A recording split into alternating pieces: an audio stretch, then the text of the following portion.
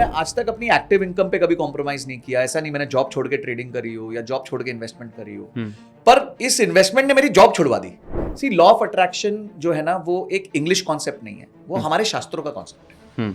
मजा क्या है कि ये अंग्रेजों को ना पैकेजिंग, मार्केटिंग, ब्रांडिंग करनी बहुत अच्छी आती है। भगवत गीता में 6ठे चैप्टर में इसके ऊपर बहुत चीजें लिखी हैं। अर्जुन ने कृष्ण को बोला था कि भाई जो है, मैं एक बार को विंड को कंट्रोल कर सकता हूँ पर माइंड को कंट्रोल नहीं कर पाता। लॉ ऑफ अट्रैक्शन या मैनिफेस्टेशन के जो प्रोसेस को हम इन्वेस्टिंग जर्नी में कैसे यूज कर सकते हैं? भाई जिस आदमी ने $200 बिलियन जिसके पास कैश पड़ा है, मतलब रिलायंस की मार्केट कैप जितनी है उतना तो कैश पड़ा है उनके पास, तो कुछ तो उस भाई ने अचीव किया है। बिल्कुल सही। आपने ना मुझे बाहर एक बात बोली थी जो कि मुझे बहुत छू गई कि अगर आप जरूरत से ज्यादा इंटेलिजेंट हो, हाँ, तो इन्वेस्टिंग जर्नी में बहुत ज्यादा चांसेस हैं कि आप फेल हो जाओगे। बिल्कुल। चूहा क्या करता है?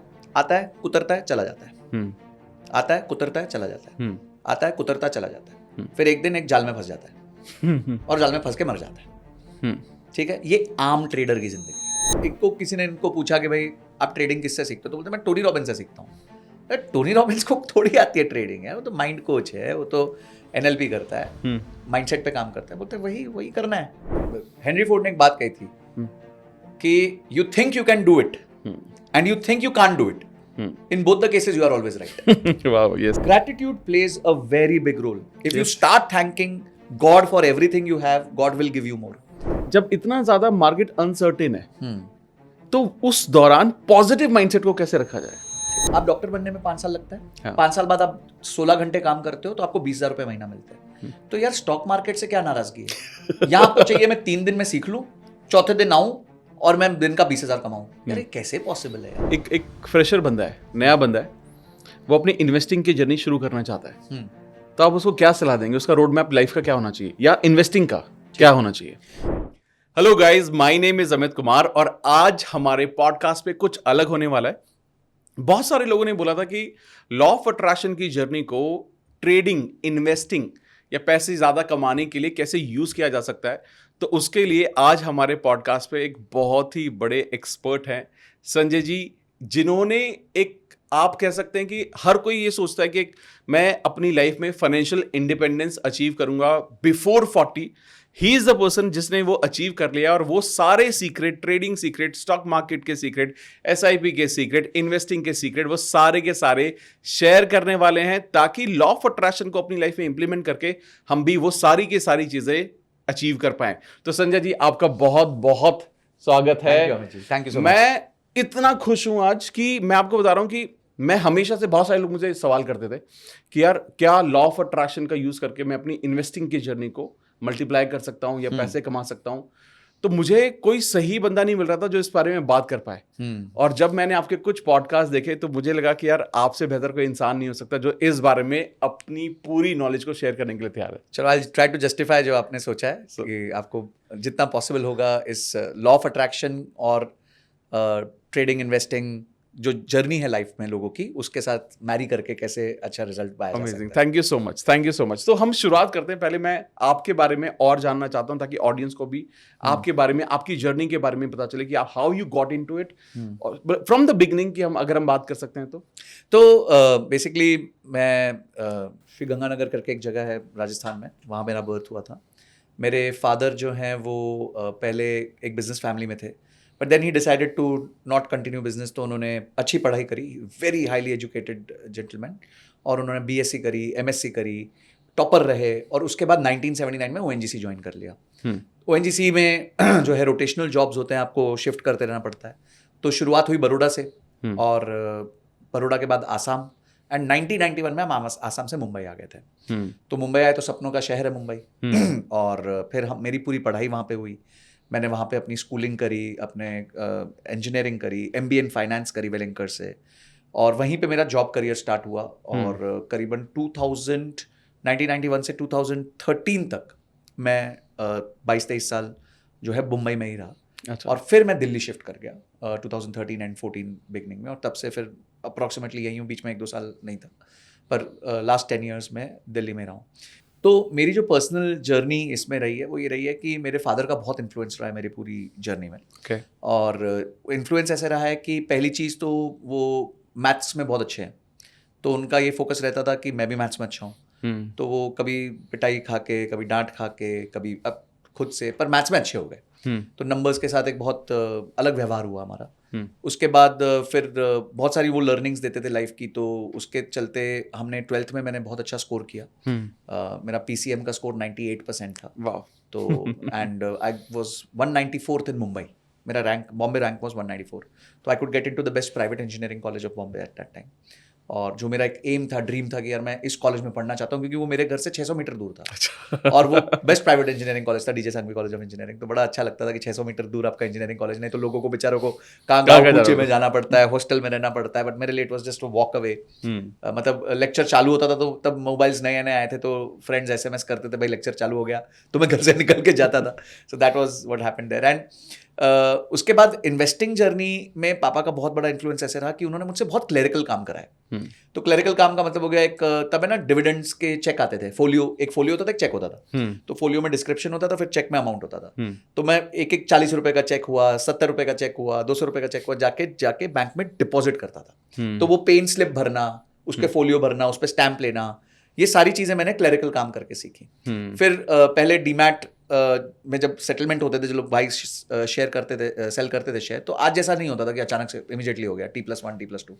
तब होता था कि आपको जाके फिजिकली जाके बताना पड़ता था कि आज मैंने कितने शेयर खरीदे, कितने शेयर बेचे। तो पापा खरीद बेच करते थे, मैं जाके उसका सेटलमेंट करा के आता था। तो ये सब चीजें तब सीखी मैंने। और बहुत शुरू में ही उन्होंने मेरे इन्वेस्टमेंट जर्नी को चालू कर दिया। लोगों ने जब PPF का नाम नहीं सुना होता अपने जिंदगी में, तो उन्होंने मेरा PPF अकाउंट ओपन करा दिया। और अब जब वो मैच्योर हुआ तो मेरे काफी फ्रेंड्स बोलते हैं, हमने तो अभी तक PPF अकाउंट नहीं खोला, और मेरा 15 साल का मैच्योर हो गया। तो काफी उन्होंने मेरे को अर्ली रखा, मतलब एडवांस रखा इस जर्नी में। और 2006 में मैंने अपना पहला शेयर खरीदा, विच वाज GMR इंफ्रा। और तब से लेके आज 2024 18 साल से मैं इन्वेस्ट, ट्रेड, हर तरीके से बहुत कुछ करके, बहुत सीख के आज एक मेरे को ऐसा लगता है कि एक रीजनेबल कोड क्रैक कर पाया हूँ, जैसे लॉन्ग टर्म वेल्थ क्रिएशन हो सकती है। तो ये मेरी एक जर्नी रही है। एंड जो कि बहुत ज्यादा सक्सेसफुल है।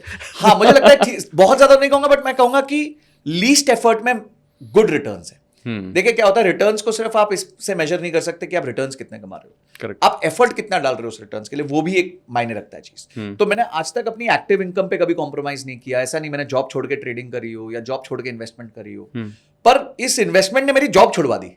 सबसे बड़ी बात यह है कि मैंने जॉब छोड़ के इन्वेस्टमेंट नहीं करी, पर इन्वेस्टमेंट करते करते मेरी इन्वेस्टमेंट ने एक दिन बोला, अरे भाई यार, you can now resign and you don't need to work any further. तो वो इन्वेस्टमेंट करता रहा तो करके आज वो इन्वेस्टमेंट ने मुझे ये बेनिफिट दिया है। तो इन्वेस्टमेंट ने मेरी जॉब छुड़ाई, जॉब छोड़ के मैंने इन्वेस्टमेंट नहीं करी। ग्रेट। तो जब आप इस जर्नी में अब चल रहे हो और आप लॉ ऑफ अट्रैक्शन को बहुत ज्यादा मानते हो, बहुत ज्यादा, तो लॉ ऑफ अट्रैक्शन की समझ की शुरुआत आपकी कहाँ से हुई? सी, लॉ ऑफ अट्रैक्शन जो है ना, वो एक इंग्लिश कॉन्सेप्ट नहीं है, वो हमारे शास्त्रों का कॉन्सेप्ट है। मजा क्या है कि ये अंग्रेजों को ना पैकेजिंग, मार्केटिंग, ब्रांडिंग करनी बहुत अच्छी आती है। वो कोई बेसिक चीज को भी, जैसे डायमंड को मतलब कोयले की खान से निकला, बोला यार ये चीज सुंदर लग रही है, इसको ऐसा बना दो कि बस ये हीरा है सदा के लिए, और लड़कियों के लिए उन्होंने फीमेल्स को कैच कर लिया, तो वो पत्थर भी बेच दिए उन्होंने। तो वो उनको आता है, उनको कला आती है। हमारे वाले क्या थोड़े सिंपल लोग हैं, शास्त्र वाले थोड़ा मतलब उसको मार्केटिंग नहीं करते। तो हमारे शास्त्रों में ही लॉ ऑफ अट्रैक्शन, आप जितने हमारे शास्त्र हैं, वेद हैं, पुराण है, भगवत गीता है, भागवतम है, विष्णु पुराण है, शिव पुराण, जितने भी हैं उसमें आपको सब मिल जाएगा, महाभारत, रामायण, सब में आपको सब कुछ मिल जाएगा। तो मेरा tryst with law of attraction started with something known as Satyanarayan भगवान की कथा। हाँ, ये हर घर में होती है पूर्णमासी पे, तो हर पूर्णमासी पे मेरे घर पे भी होती है। तो उसमें ना कथा में एक सेक्शन आता है जहाँ पे एक साधु आके एक वैश्य मतलब ट्रेडर, एक वैश्य से पूछता है भी तेरी नौका में क्या है। तो वो वैश्य के नौका में होता है सोना, हीरा, जवाहरात, ये सब होता है। तो वो बोलता है, अरे साधु आपको क्या करना है, इसमें बेलपत्र है। तो वो झूठ बोलता है। तो जैसे वो झूठ बोलते हैं तो साधु तथास्तु बोलते निकल जाते हैं। अब वो देखता है यार मेरी नौका तो हल्की हो गई, तो जैसे वो हल्की हुई नौका को देखता है तो देखता है उसमें तो बेलपत्र है, वो एकदम धड़ाम से गिर जाता है, यार ये क्या हो गया अपने साथ। तो ये मेरा पहला ट्रिस्ट था लॉ ऑफ अट्रैक्शन के साथ कि अपने लिए नेगेटिव मत बोलो। तो यहां से मेरी लॉ ऑफ अट्रैक्शन की जर्नी स्टार्ट हुई। सेकंड, मेरे फादर काफ़ी एक एस्ट्रोलॉजर भी हैं, वो काफ़ी ये सब चीज़ों को मानते हैं, बहुत शास्त्रों का गहन भी करते हैं और पूजा बहुत करते हैं। तो उनके पॉइंट हमेशा रहता था कि भाई जबान पे 2 बार सरस्वती बैठती हैं दिन में, तो अगेन अपने लिए खराब मत बोलो। तो जब आप अपने लिए खराब नहीं बोलोगे तो आप क्या बोलोगे? अपने लिए अच्छा ही बोलोगे कि यार मैं एक अच्छा इन्वेस्टर बन सकूं, मैं अपना जॉब अच्छे से कर सकूं, मैं अपने जॉब में सीईओ बन सकूं, मैं व्यापार कर रहा हूं तो व्यापार में मैं नंबर 1 बन सकूं, मैं अपनी मार्केट मैं हमेशा प्रॉफिटेबल रहूं। तो ये सारी चीजें यहां बोलोगे, ये क्या है? आप जो है यूनिवर्स को एक सिग्नल सेंड करते हो, ठीक है? तो वो आपको वो अट्रैक्शन आप अट्रैक्ट करने लग जाते हो उसी तरह की एनर्जीज। आपने भी बहुत बार नोटिस किया होगा कि आप एनर्जीज अट्रैक्ट करते हो, आप कुछ बोलते हो यार मैं ये करना चाहता हूं, अचानक से यूट्यूब पे अगले दिन उसकी वीडियो आ जाएगी। हाँ बिल्कुल, हाँ, ठीक है। राइट। एक बहुत अच्छे बास्केटबॉल प्लेयर है, उनका निधन हो गया चॉपर क्रैश में। उनका नाम था कोबे ब्रायंट। वो कहते थे when you know what you want the world becomes your library. तो यानी ये भी लॉ ऑफ अट्रैक्शन है कि भाई जब आप जानते हो आपको क्या चाहिए तो world will become your library. उसी दिन यूट्यूब पे वो वीडियो आ जाएगी, उसी दिन किसी दोस्त का फोन आ जाएगा जो आपको किसी से मिलवा देगा, उसी दिन ये सब होगा। क्यों हो रहा है? क्योंकि आपने यूनिवर्स को सिग्नल भेज दिया मेरे को ये चाहिए, अब मैं ये करना चाहता हूं। पॉजिटिव माइंडसेट से भेजा है, तो positive mindset will attract positiveness and that will give you success. तो लॉ ऑफ अट्रैक्शन मेरे हिसाब से is the foundation of any success.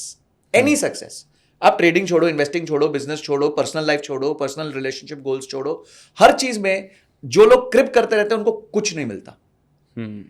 क्रिबर्स होते हैं ना, वो एक जॉब से दूसरा जॉब स्विच करेंगे, पिछला बॉस खराब था, ये भी बॉस खराब है, अबे तू वो खराब नहीं, तू खराब है। Because you are not attracting the right energies. Correct. उसी बॉस के साथ कोई और बहुत खुश है। तो law of attraction is basically the fact that हमें बचपन से ही ये चीजें हमारे शास्त्रों में सिखाई गई हैं कि अपने लिए पॉजिटिव बोलो। हम वासुदेव कुटुंबकम बोलते हैं, राइट? तो वासुदेव कुटुंबकम का मतलब कि हम पूरे दुनिया के लिए पॉजिटिव मांग रहे हैं। करेक्ट। कि हम पूरे दुनिया को कुटुंब मांग रहे हैं और सबके लिए पॉजिटिव मांग रहे हैं, और इसलिए इंडिया का स्टैंड भी वैसा ही रहता है, डिप्लोमेटिक स्टैंड भी वैसा रहता है। तो ये सारी चीजें हमारे शास्त्रों से इमर्ज करती हैं, ये किताबों से इमर्ज नहीं कर रही हैं। Though obviously they have been captured very well by some very good books, but मुझे ऐसा लगता है कि आप सोर्स से पढ़ लो ना सीधा। आपको किताबों से क्यों पढ़ना, आप सोर्स से पढ़ लो। तो this is my journey with law of attraction. Amazing, बहुत ही सुंदर। और जिस तरह से आपने इसका जो रेफिनेशन है वो सत्यनारायण कथा से बताया, या जो बाकी रेफरेंसेस आपने दिए, इट इज रियली, मतलब मेरे ख्याल से ना कई बार क्या होता है कि ना हम उसको, बहुत सारी चीज़ें हम जो करते हैं हम उसका मतलब नहीं समझते। ट्रू। और जिसकी वजह से हमें पता ही नहीं चलता कि यार कहीं ना कहीं यही जो सारी चीज़ें हमारे माइंड में हो रही हैं वही असल में हो रही हैं। राइट। तो आप सही, अगर आपके यहाँ सही चलेगा तो आपकी रियलिटी में भी वही सारी चीज़ें आएंगे। आप देखो, आप फरारी खरीद लो और उसमें आप एक मतलब मारुति ऑल्टो का इंजन डाल दो। ये मारुति की वो नहीं है, वो वैसे आप एग्जाम्पल के लिए कह रहा हूँ जी। तो सॉफ्टवेयर तो मारुति ऑल्टो का है, हार्डवेयर फरारी का है, तो भागेगी तो अब गाड़ी 80 की स्पीड पे ही। ठीक है। तो आपका सॉफ्टवेयर है, आपने मैकिन्टॉश का महंगा लैपटॉप ले लिया 3 लाख 4 लाख वाला, बोले यार उसका सॉफ्टवेयर इस्तेमाल कर रहा नहीं है, तब तो लिनक्स डालेंगे। तो सॉफ्टवेयर लिनक्स है, हार्डवेयर आपका एप्पल का है, उससे कोई फर्क नहीं पड़ता, आपका सॉफ्टवेयर मेन है। अगर आपका सॉफ्टवेयर सही है जो यहां है तो हार्डवेयर बाकी चल जाता है, बाकी कोई प्रॉब्लम नहीं होती। तो सॉफ्टवेयर को ही ठीक रखना सबसे ज्यादा इंपॉर्टेंट है, क्योंकि यही सब कुछ कंट्रोल करता है। भगवत गीता में 6ठे चैप्टर में इसके ऊपर बहुत चीजें लिखी हैं। अर्जुन ने कृष्ण को बोला था कि भाई जो है मैं एक बार को विंड को कंट्रोल कर सकता हूँ पर माइंड को कंट्रोल नहीं कर पा रहा, और विंड W से है, माइंड M से है, तो उल्टा भी हो जाता है। तो मैं विंड को कंट्रोल कर सकता हूँ, तो इतने बड़े वो ये थे, धरोहर था उनका, पर वो कह रहे मैं माइंड को नहीं कंट्रोल कर पा रहा। ये उनकी कंप्लेन थी। फिर भगवान ने उनको बताया कि क्या रास्ता है उसका, कैसे करना है, कैसे नहीं करना है। But at the end of the day, if such a warrior, such a revered warrior had this problem, we all will have this problem. तो we should go back to हमारे शास्त्रों पे जाना चाहिए, बुक्स पे जाना चाहिए। मैं भी आज ऐसा नहीं है मैं बिविल्डर्ड नहीं होता या मेरे को कभी कभी टेंशन नहीं होती, मैं भगवान नहीं बनाऊं, ठीक है। और किसी मंक से भी आप बात करेंगे तो वो भी ये कहते हैं हमारी जिंदगी में भी ये सब होता है, पर हमारी सबसे बड़ी ताकत क्या है? माइंड वॉन्डर करता है, हम उसको फटाक से पकड़ के ले आते हैं, उसको वॉन्डर करने नहीं देते, उसको खुला नहीं छोड़ देते। तो बहुत दूर भागता है ना माइंड, तो आज यहां बैठा है, कल अगले माइक्रो सेकंड में वो यूएस में बैठा होता है। बिल्कुल। तो ये सारी जो हमारे को ताकतें मिलती हैं, ये हमारे शास्त्रों से हमारे को ताकतें मिलती हैं। This is my personal. मैं समझ भी पा रहा हूँ, क्योंकि आई थिंक शायद इसी वजह से तो भगवत गीता लिखी गई जी, क्योंकि वो मेंटल बैटल था जो अर्जुन का जो लड़ रहे थे, वो उसी को सॉल्व करने के लिए पूरी भगवत गीता हो गई उसी चक्कर में। उनका हार्डवेयर ठीक था, मतलब सबसे बड़े धनुष चलाने वाले थे, वॉरियर थे, प्रिंस थे, सब कुछ हार्डवेयर तो बिल्कुल परफेक्ट था। अचानक से वॉर जोन में आके सॉफ्टवेयर खराब हो गया। हाँ, तो सॉफ्टवेयर रिपेयर करने के लिए भगवान आए थे। तो बोले यार मेरे को पता था इसका सॉफ्टवेयर खराब होने वाला है, तो इसके साथ सारथी बन के चलता हूँ, तो जब इसका सॉफ्टवेयर खराब हो रहा होगा तो मैं इसको रिकोडिंग कर दूंगा इसके सॉफ्टवेयर के। और माइंड इज न्यूरॉन्स, ठीक है, और ये न्यूरॉन्स की रिकनेक्टिविटी है। अगर एक अलग तरीके से कनेक्टेड है तो आप बड़ा नहीं सोच पाते। अगर एक दूसरे भाई आपके और मुकेश अंबानी के बीच में हार्डवेयर में तो कोई डिफरेंस नहीं है, ठीक है, वही हार्ड मास की बॉडी है, वही पुर्जे जो उनके पास है आपके पास भी है, पर उनका फर्क क्या है? वो why is he Mukesh Ambani and why are we here, या एनीबॉडी फॉर दैट मैटर। हम अपने आप को कोस रहे नहीं है, हम कह रहे हैं कि वो आदमी रिवायर्ड है, उसका माइंड रिवायर्ड है। लोग कहते हैं 10 करोड़ के पास पहुंचने के बाद, अमित जी कहते हैं, या 5 करोड़ के, 1 करोड़ के बाद पहुंचते हैं, यार जिंदगी में और क्या करना है। यही कहते हैं ना। वो 1 लाख करोड़ का पीबीटी किया उसने पिछले साल, 1 लाख करोड़ का उसका प्रॉफिट बिफोर टैक्स है। अब 1 लाख करोड़ को अगर आप ब्रेक डाउन करो तो घंटे का 30 करोड़ रुपए, every working hour he is making 30 crore every hour. और यहां लोग जिंदगी में 1 करोड़ बना के सोचते हैं यार हो गया भाई, और उसकी भूख अभी भी खत्म नहीं हो रही। और वो भूख नेगेटिव नहीं है, वो भूख है प्रोग्रेस की। वो भूख है कि मैं आज जहां हूं देश को और सपोर्ट करूं। अगर मोदी जी कहते हैं मेरे को 400 गीगावाट सोलर पावर चाहिए, तो मुकेश अंबानी कहते हैं उसमें से 160 मैं दूंगा, 40% मैं दूंगा, हाथ खड़ा करके बोलते हैं। तो ये जो लोग हैं ना, ये रिवायर्ड है, अलग तरीके से रिवायर्ड है, और ये भी लॉ ऑफ अट्रैक्शन में बिलीव करते हैं। अमेजिंग। ये तो मजेदार हो रहा है। ये तो मतलब मैं ऐसे लग रहा है मैं आपको बस सुनता जाऊं, सवाल मैं क्या ही पूछूंगा आपसे। Thank you so much. So अब मैं थोड़ा सा जाता हूँ ट्रेडिंग साइड पर चलते हैं। ठीक है। लॉ ऑफ अट्रैक्शन या मैनिफेस्टेशन के जो प्रोसेस को हम इन्वेस्टिंग जर्नी में कैसे यूज कर सकते हैं, क्या करना चाहिए? देखिए, लोगों का ना ये धारणा है कि investing is a function of skill. हाँ, मेरी भी पहले कुछ वक्त पहले तक ये धारणा मेरी भी थी। मतलब ऐसा नहीं है कि वो कहते हैं ना every expert was once a beginner. तो अगर आज मैं एक्सपर्ट बनाऊं फॉर व्हाटएवर रीजन, तो I was once a beginner. मैंने भी माइंडसेट वही था। तो यही पॉडकास्ट के माध्यम से मैं बहुत क्लियर करना चाहता हूं कि investing, trading only is 10 to 15% skills and 80 to 90% it is completely here. ये आपका सॉफ्टवेयर, ये मेन है। वो ट्रेडिंग व्यू, जीरो धाका काइट, सेंसिबल, वो मेन सॉफ्टवेयर नहीं है। ये मेन सॉफ्टवेयर है। इसको कंट्रोल करना बहुत मुश्किल है ट्रेडिंग में। हमारे मार्केट्स में हम FGH कहते हैं। FGH, fear, greed, hope. ये 3 ही इमोशंस है जो पूरी मार्केट को कंट्रोल करते हैं। ठीक है। तो और हमें फाइनेंस में भी LOA सिखाया जाता है। अब आप शौक बोले यार फाइनेंस में कहाँ LOA सिखाया जाता है? सिखाया जाता है। कैसे सिखाया जाता है मैं आपको बताता हूँ। हमारे को कहा जाता है जब भी आप इन्वेस्टिंग करते हो ना, गोल बेस्ड इन्वेस्टिंग करो। ओके। अब गोल क्या हो सकते हैं अमित जी आपके हिसाब से? लाइफ के मेन गोल्स क्या होंगे? मतलब घर लेना, गाड़ी लेना, या एक फॉरेन ट्रिप करना फैमिली का, या बच्चों की पढ़ाई के लिए FD कर देना, बड़ी मोटा अमाउंट होना। ठीक है। तो क्या ये सारी चीजें लॉ ऑफ अट्रैक्शन में फॉल नहीं करती? क्या आप गाड़ी को जब एक लिखते हो कि मैं रेंज रोवर खरीदना चाहता हूं, तो वो एक अट्रैक्शन ही है। करेक्ट है। तो ये इन्वेस्टिंग क्या बोल रही है? आपकी अट्रैक्शन को मैं एक्शन में बदल देता हूं। ठीक है। आपने अट्रैक्शन करी कि भाई मेरे को एक गाड़ी चाहिए, मेरे को रेंज रोवर चाहिए। अमित जी ने कह दिया भाई मेरे को 4 साल बाद रेंज रोवर चाहिए। पहले तो आप उल जुलूल एक्सपेक्टेशन मत रखो, मेरे को अगले महीने रेंज रोवर चाहिए। वो गलत एक्सपेक्टेशन है। करेक्ट है। ठीक है।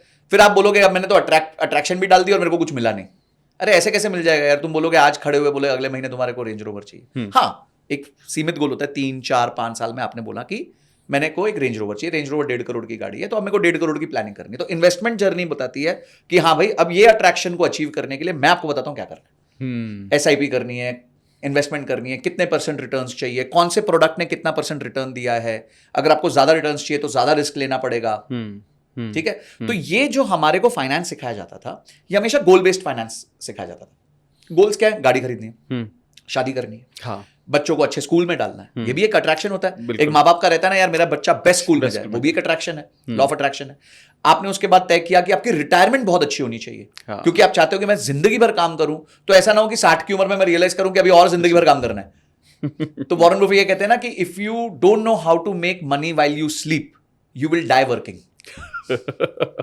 इन बड़े लोगों की बात सुन लो, इन्होंने सब करके रखा है। करेक्ट भाई, जिस आदमी ने $200 बिलियन जिसके पास कैश पड़ा है, मतलब रिलायंस की मार्केट कैप जितनी है उतना तो कैश पड़ा है उनके पास, तो कुछ तो उस भाई ने अचीव किया। बिल्कुल सही। ठीक है।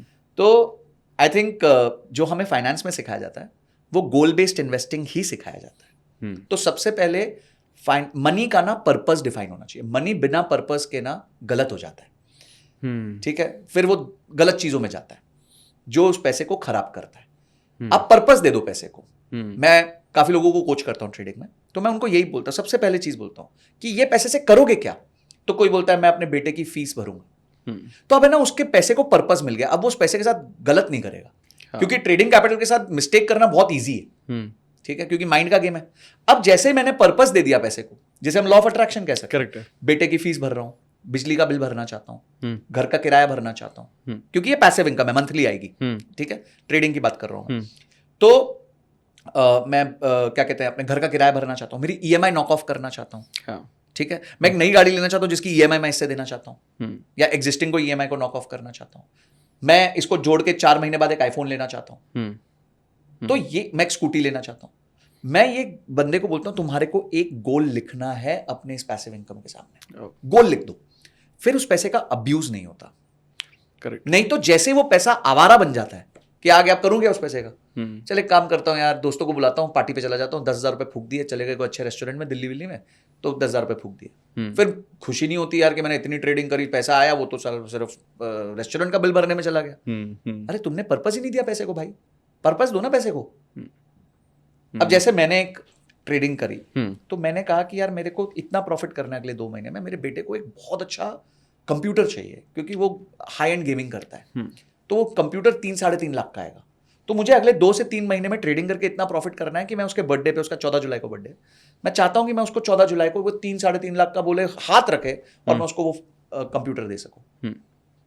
तो मैंने अपने पैसे को एक पर्पस दे दिया, अब मैं उस पैसे को अब्यूज नहीं करूंगा कभी। करेक्ट। तो लॉ ऑफ अट्रैक्शन बेसिकली क्या है कि फर्स्ट सेट है कि आपको गोल सेट करना है अपने पैसे को लेके। जैसे आपने ये कर दिया ना, आपका 50% प्रॉब्लम सॉल्व हो गया। ओके, ठीक है। फिर उस गोल के हिसाब से आपको रिवर्स इंजीनियरिंग करनी है कि मुझे कितना पैसा डालना होगा। अब आप उल जलूल गोल सेट करोगे कि भाई मेरे को 1 करोड़ महीना कमाना है पैसिवली, तो भाई वो तो पॉसिबल नहीं है। पॉसिबल है अगर आपके पास 40-50 करोड़ का कैपिटल होगा तो पॉसिबल है। अब आपके पास 40-50 करोड़ का कैपिटल नहीं है, आप बोलो मेरे को 1 करोड़ महीना कमाना है, तो पहले आप अपनी एक्टिव इनकम बनाओ। करेक्ट। ठीक है, एक्टिव इनकम बनाओगे तो पैसिव इनकम बनेगी। भाई पैसिव इनकम का raw material is money. Passive income का मतलब क्या, पैसा पैसा बनाएगा। Correct. तो पहले पैसा तो लाओ। तो एक्टिव इनकम करो, आप अपनी जॉब करो, अच्छा व्यवसाय करो अपने लिए। जैसे आपने अपने आप को बिल्ड किया पिछले 4-5 साल में, अपने लिए आपने एक पैरेलल एक्टिव इनकम खड़ी कर दी, चाहे आपने यूट्यूब से के माध्यम से करी हो या बुक्स के माध्यम से करी हो, तो आपने एक एक्टिव इनकम भी खड़ी करी और उसको यूज करके पैसिव इनकम भी खड़ी करी। बिल्कुल। आप पहले दिन पैसिव इनकम नहीं पा सकते, तो यहां से स्टार्ट करिए। First realise where you are, it's okay. हम सब बहुत खराब सिचुएशन से आए थे, आज हम ये बोल पा रहे हैं। अब लोगों को लगेगा इनके पास पैसा इसलिए बोल पा रहे हैं, नहीं, हम लोग ने फॉलो किया इसलिए हमारे पास पैसे हैं। राइट। इसलिए नहीं कि हम पैसे हैं बोल पा रहे हैं। मेरे को कौन से एंसेस्ट्रल वेल्थ है, मेरे फादर ने कौन सा मेरे को 100 करोड़ का चेक काट के दे दिया। बिल्कुल। उन्होंने मेरे को राइट चीजें सिखा दी, मैंने उनको इस्तेमाल किया। और एक वो मैं कहता हूं कि very long back I was my own dream,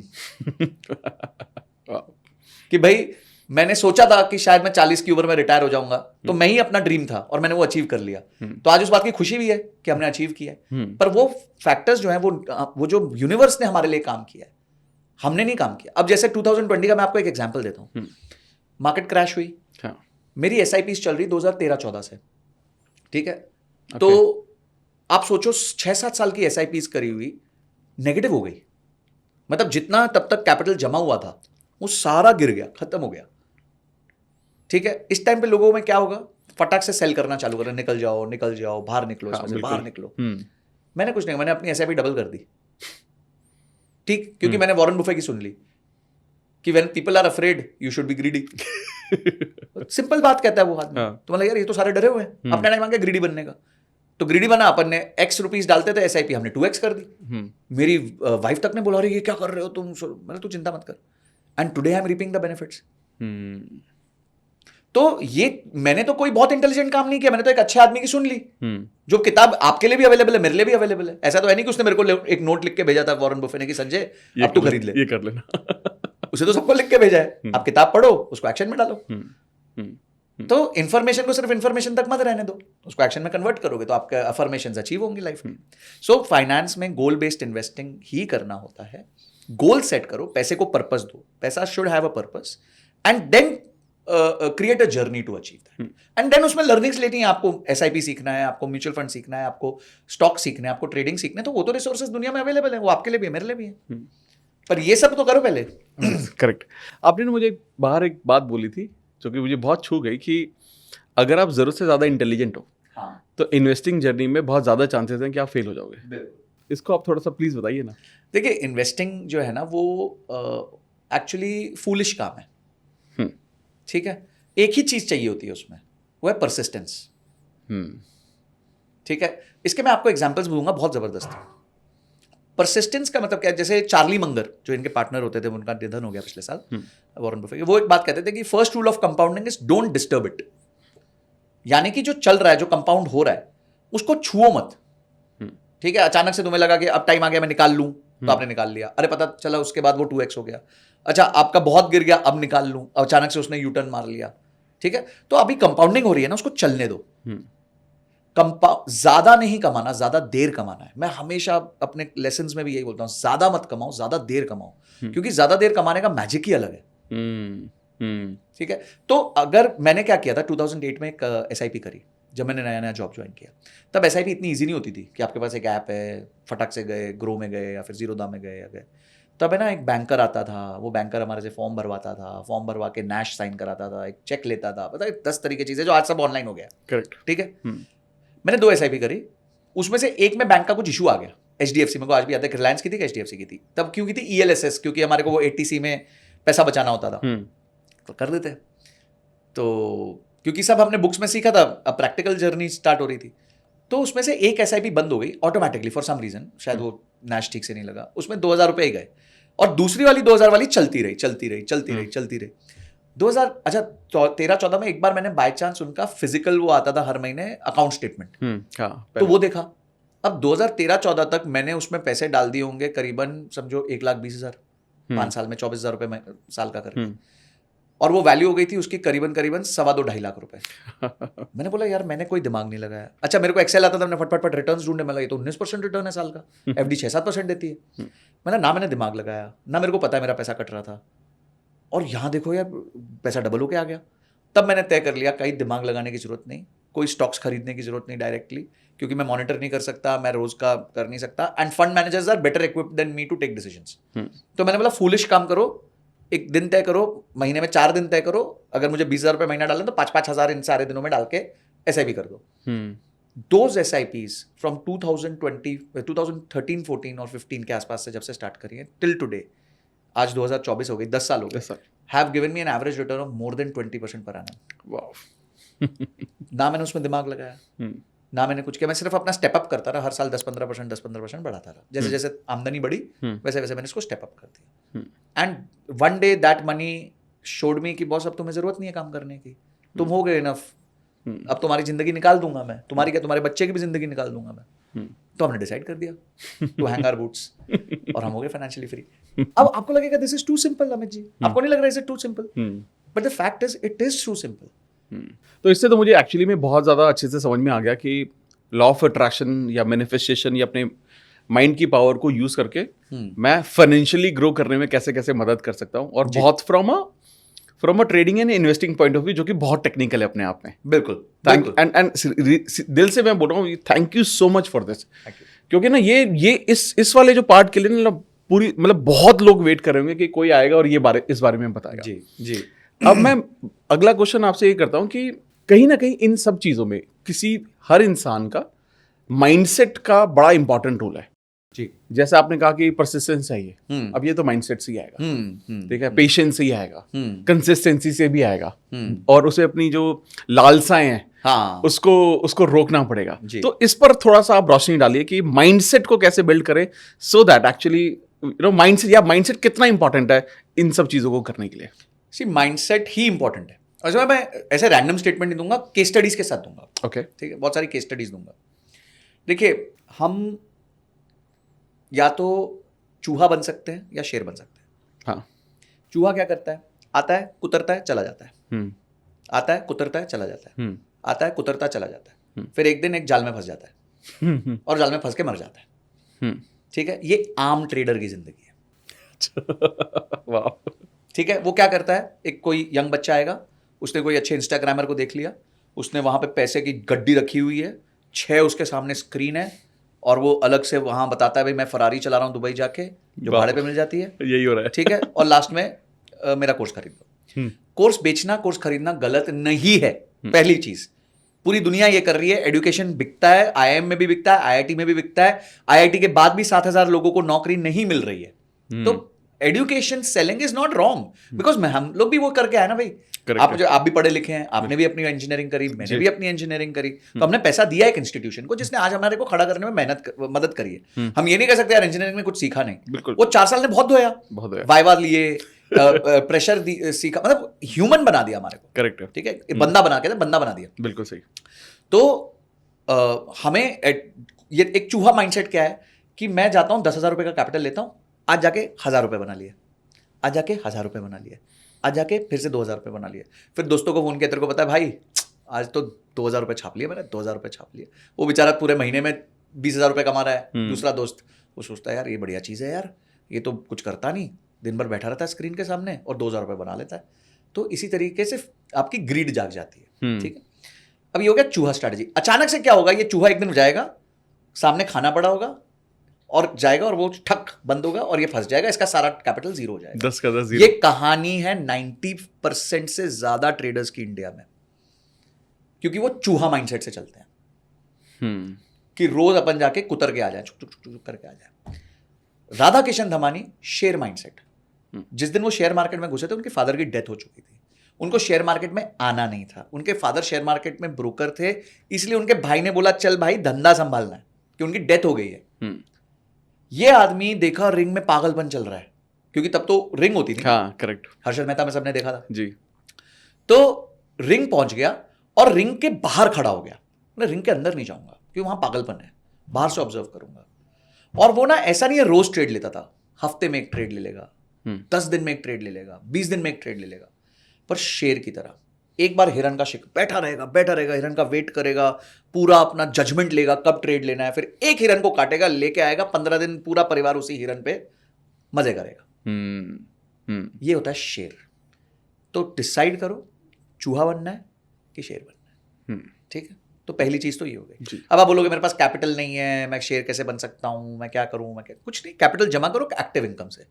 passive income पे इतना बोझ मत डालो कि वो जिंदगी आज आपकी चालू कर देगी। आप 20 साल के हो, मैं 40 साल का हूं, मुझे आज ये करते करते 20 साल हो गए, करेक्ट, 16 साल हो गए। तो आप मेरी जर्नी बोलो यार इसके पास तो पैसे है, पैसे इसलिए क्योंकि 16 साल नौकरी भी करी है, 16 साल गलतियां भी करी हैं, मैं भी चूहा था, मैं भी जा जाके कुतरता था, फिर समझ आ गया ये तो जाल में फंसने वाला काम है।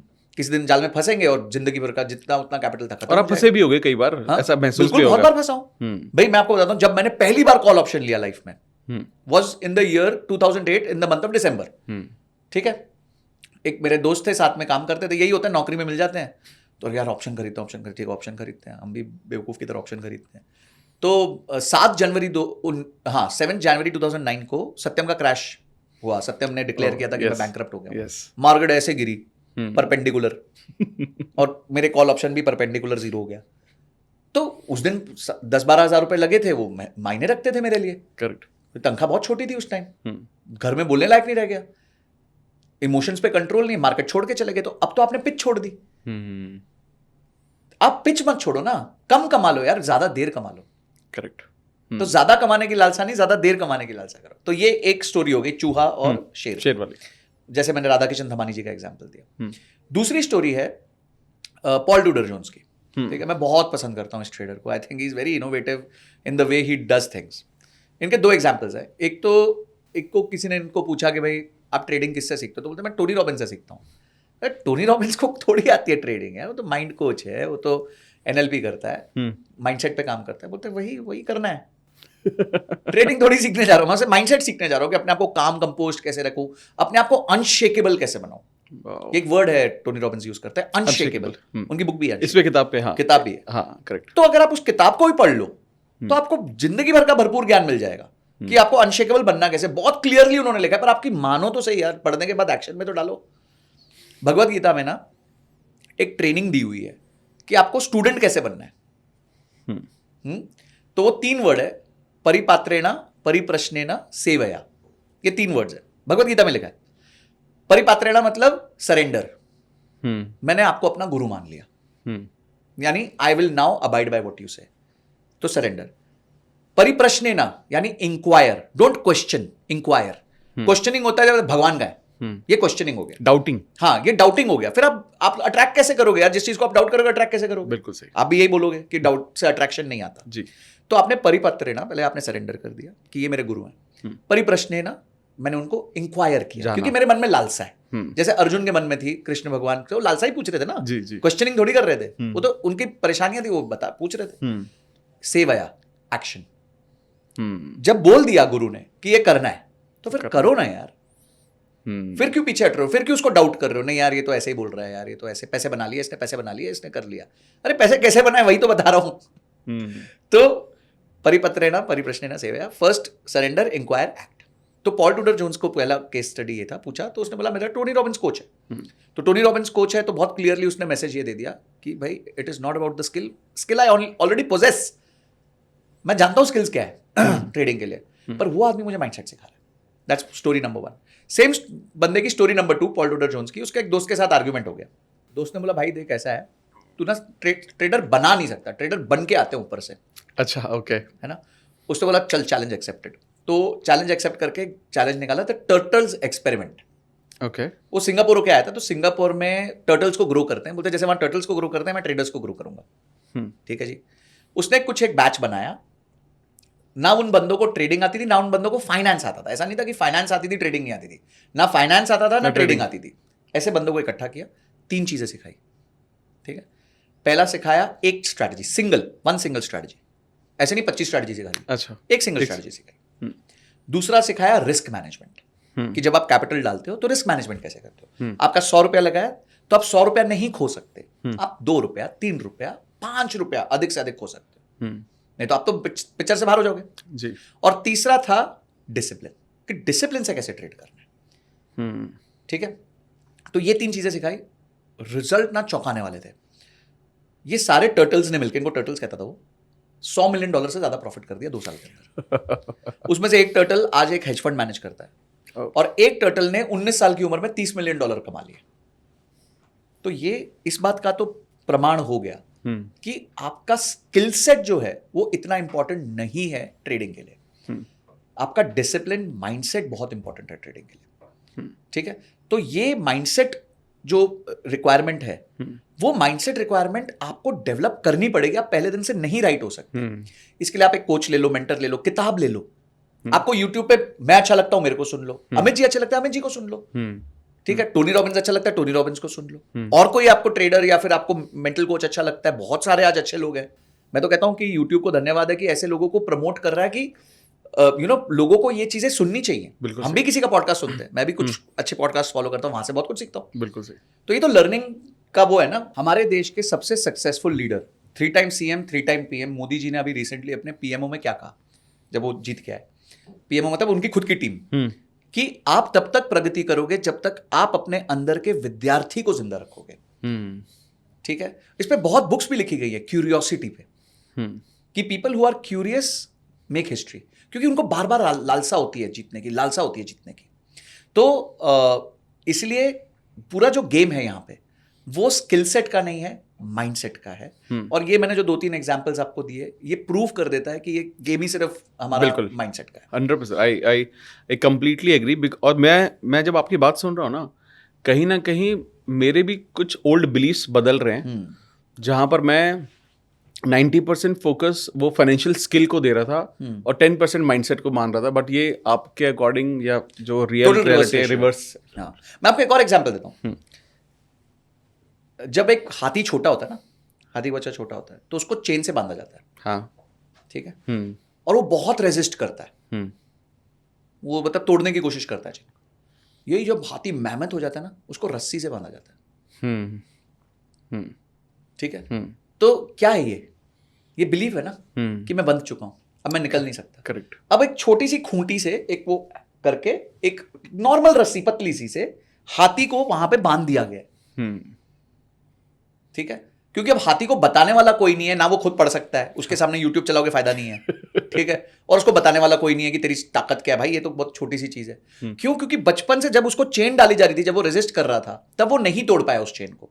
तो अब उसने ये मान लिया है, ये ठान लिया है कि भाई अपन इस रस्सी में ही रहेंगे, इससे पड़े रहेंगे। निकल ही एक बार नहीं मैंने बड़ी सुंदर वीडियो देखी, एक छोटी सी बच्ची, एक पीछे उसके से घोड़ा, हम्म, ठीक है, और वो क्या कर रही है, उसके पास रस्सी भी नहीं है घोड़े की, उसने बस एक एक्शन ऐसे किया, ऐसा, और चलने लगी, घोड़ा उसके पीछे पीछे चलने लग गया। क्योंकि घोड़े के माइंड में ये है कि मेरे जैसे इसने ऐसे किया यानी इसके हाथ में रस्सी आ गई है, जबकि उसके गले में रस्सी भी नहीं थी, कुछ नहीं था, पर वो चलने लग गया। आपने चींटी का एग्जांपल देखा होगा, चींटी के सामने आप लाइन खींच दो वो मुड़ जाती है, उसको एक सर्कल में डाल दो वो जिंदगी भर यहीं घूमती है। ये मतलब right from chinti to hathi to human, wow, it is here, matter is everything is here. हमारे भी लिमिटिंग बिलीफ्स होंगे अमित जी। आज हमारा लिमिटिंग, अगर मैं आपको ही बोलूं कि यार क्या हम अंबानी बन सकते, तो आपके मन में पहला शब्द ना ही आएगा। तो mindset is everything Amit ji, it is just everything. मतलब मैं कितने ही घंटे ऐसे आपको बहुत एग्जांपल्स दे सकता हूं लिमिटिंग बिलीफ्स, और कैसे हम ये भी वर्क करते हैं कि कैसे उन बिलीफ्स को चेंज किया जा सकता है, एनर्जीज के माध्यम से, रीवायरिंग ऑफ द ब्रेन के माध्यम से। और बहुत सिंपल इनके प्रोसेसेस होते हैं, क्वेश्चनिंग होती है, एक लाइन ऑफ क्वेश्चनिंग के थ्रू आप किसी को भी दलदल से निकाल के ऊपर लेके आ सकते हो। तो आप कुछ शेयर करेंगे यहाँ पर, जैसे आप तो बहुत सारे लोगों को हेल्प भी करते हैं जी जी, जब आप उन्हें मेंटोर करते हैं, तो वहाँ आप अगर किसी का कोई लिमिटिंग बिलीफ है या कोई अटका हुआ है और वो माइंड से एडवाइस नहीं निकल रहा है, तो आप उसे क्या सजेस्ट करते हो? सबसे पहले देखो, सजेशन आपको देना ही नहीं होता। अच्छा। उनको सब पता है। अच्छा ठीक है, उनको सिर्फ राइट क्वेश्चनिंग करनी है। मैं सबसे पहला पूछता हूं कि what do you want to achieve in life. Amit ji, किसी के पास जवाब नहीं है इस चीज का, क्योंकि किसी ने इस बारे में सोचा नहीं होता। फिर मैं उनको बोलता हूं, आप मेरे को बोल के नहीं, लिख के दोगे। ठीक है, ठीक है, जैसे मैं ट्रेडिंग सिखाता हूं, तो मैं एक संकल्प पत्र साइन कराता हूं। ओके, ठीक है, कि मैं लालच नहीं करूंगा। ठीक है, मैं जो ट्रेड्स जिस तरीके से लेने हैं, जो सिखाया गया है वही करूंगा। अगर मैं कोई नई स्ट्रैटेजी करूंगा तो उसको पहले 3 साल पे बैक टेस्ट करूंगा। मैं जो नई स्ट्रैटेजी बैक टेस्ट करूंगा उसके बाद पहला लॉट मैं पेपर ट्रेड करूंगा। ये मैं संकल्प पत्र साइन कराता हूं सबसे। मेरे को पता है अभी भी 80% लोग नहीं मानेंगे, पर 20% जो मान गए उसमें भी बहुत फर्क पड़ेगा। और वो 80% जब नहीं मान के लॉस खाएंगे तो वो संकल्प पत्र देख के बोलेंगे यार गलती हो गई, आगे से ठीक कर लेता हूं। तो उसमें से भी 50% ठीक होंगे। ऐसे करते करते कुछ लोग ठीक हो जाएंगे। देखो 100% को तो मैं ठीक नहीं कर सकता, कोई भी नहीं कर सकता। पर अगर मैं ये सब चीजें इंट्रोड्यूस कर, जैसे मैंने बोला पैसे को पर्पस दे दो, तो उसका अब्यूज नहीं होता। ठीक है, तो मैं सबसे लिखवाता हूं ना, जैसे मैंने आपको बताया कि भाई पैसे का क्या करोगे क्या? हाँ, अय्याशी के लिए नहीं है ये पैसा, ये अय्याशी के लिए नहीं है पैसा। ये पैसा एक पर्पस के लिए है, बच्चों की फीस के लिए है, वाइफ के कपड़ों के लिए है, माँ बाप के इलाज के लिए है, उनके लिए कोई गिफ्ट के लिए है, पर पॉजिटिव पर्पस चाहिए मेरे को इसके लिए। तो ये हम इसी तरीके से हम करते हैं। फिर हम उसके लिमिटिंग बिलीव्स पे समझते हैं। ठीक है, फिर हम उसको उन एपिसोड्स में लेके जाते हैं जहां पे उसने कुछ बहुत अच्छा अचीव किया था। अच्छा, उस पर्टिकुलर इंसान ने? हाँ, वहां उसको पूछते हैं तब क्या हुआ था। अभी जैसे मेरे साथ भी हुआ, मैं बीच में फोकस नहीं कर पा रहा था। ठीक है, तो मैं खुद के साथ बैठा, मैंने बोला, जैसे आपने वो मूवी देखी है मिल्खा सिंह, हाँ, भाग मिल्खा भाग, हाँ। तो उसमें जब वो हारता है लड़की के चक्कर में, वो अपने आप को थप्पड़ मारता है। हाँ 8-10 थप्पड़ मारता है। हाँ, बहुत जोर से। ठीक है, तो sometimes you can coach yourself, you have that capability to coach yourself.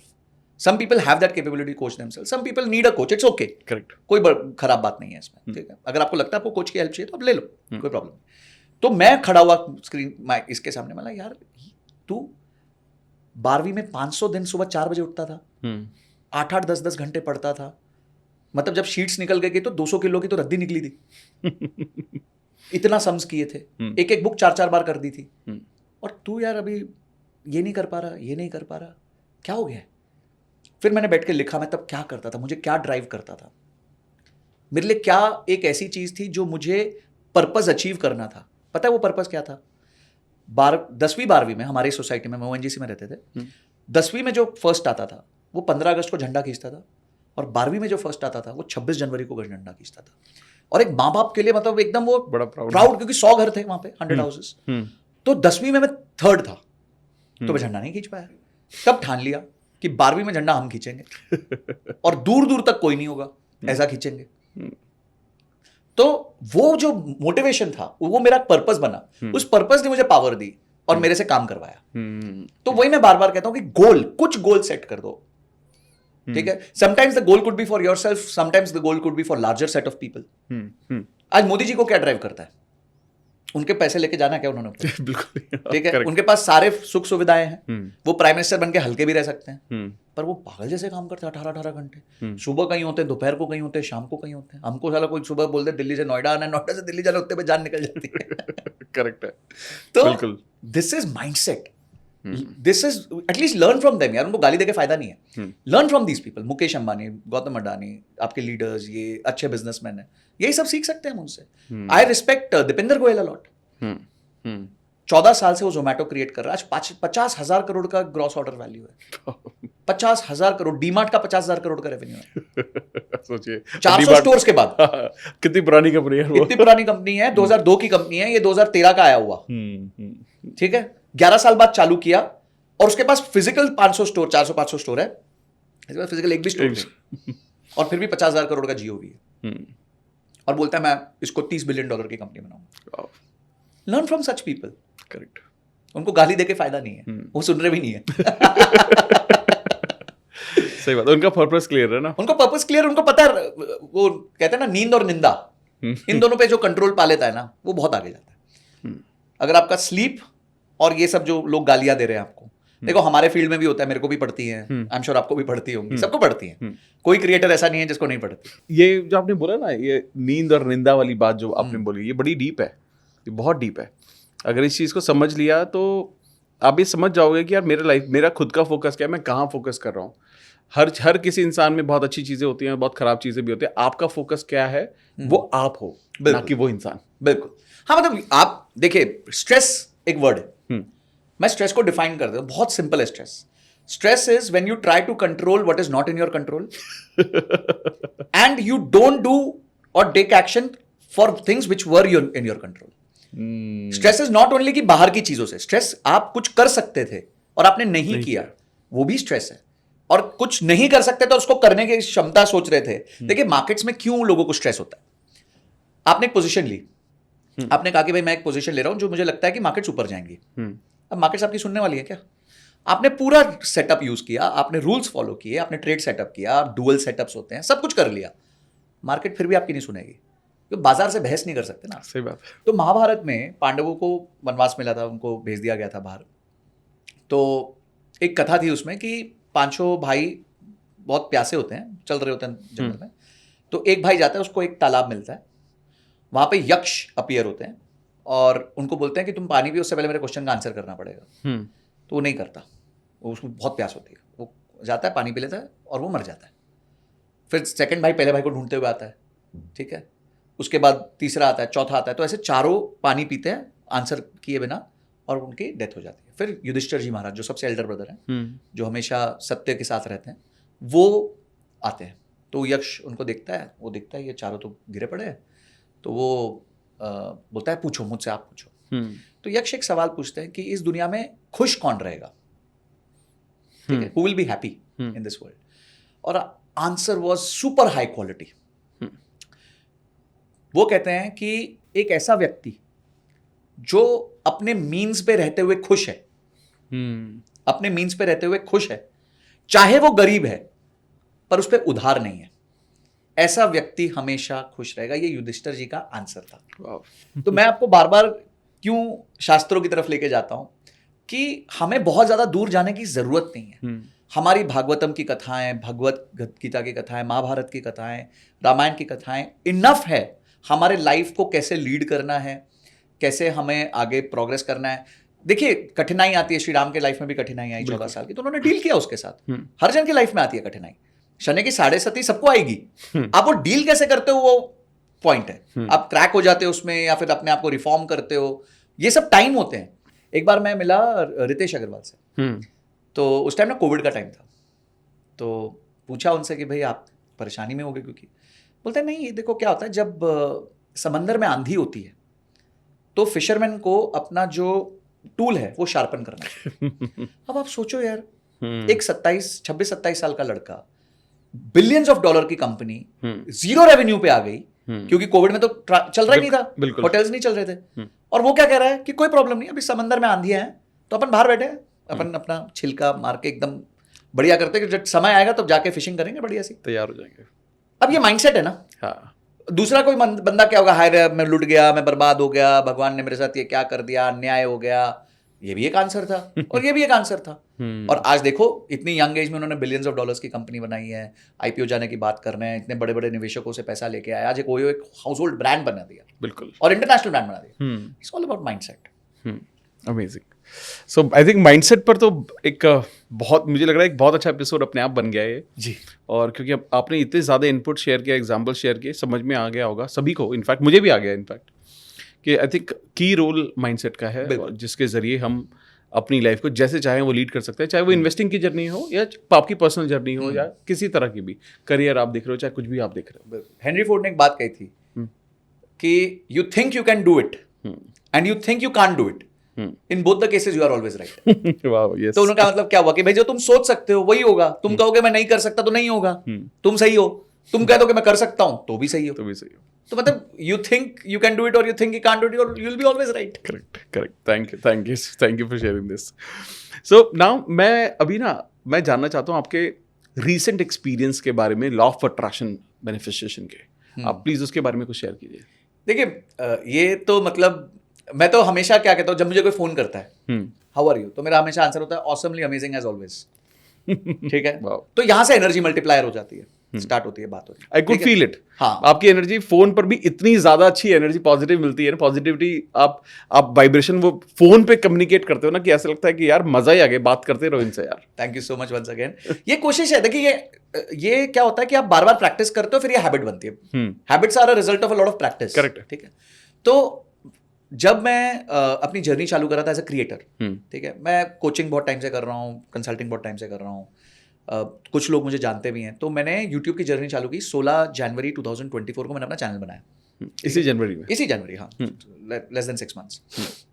तो बनाया, ठीक है जी।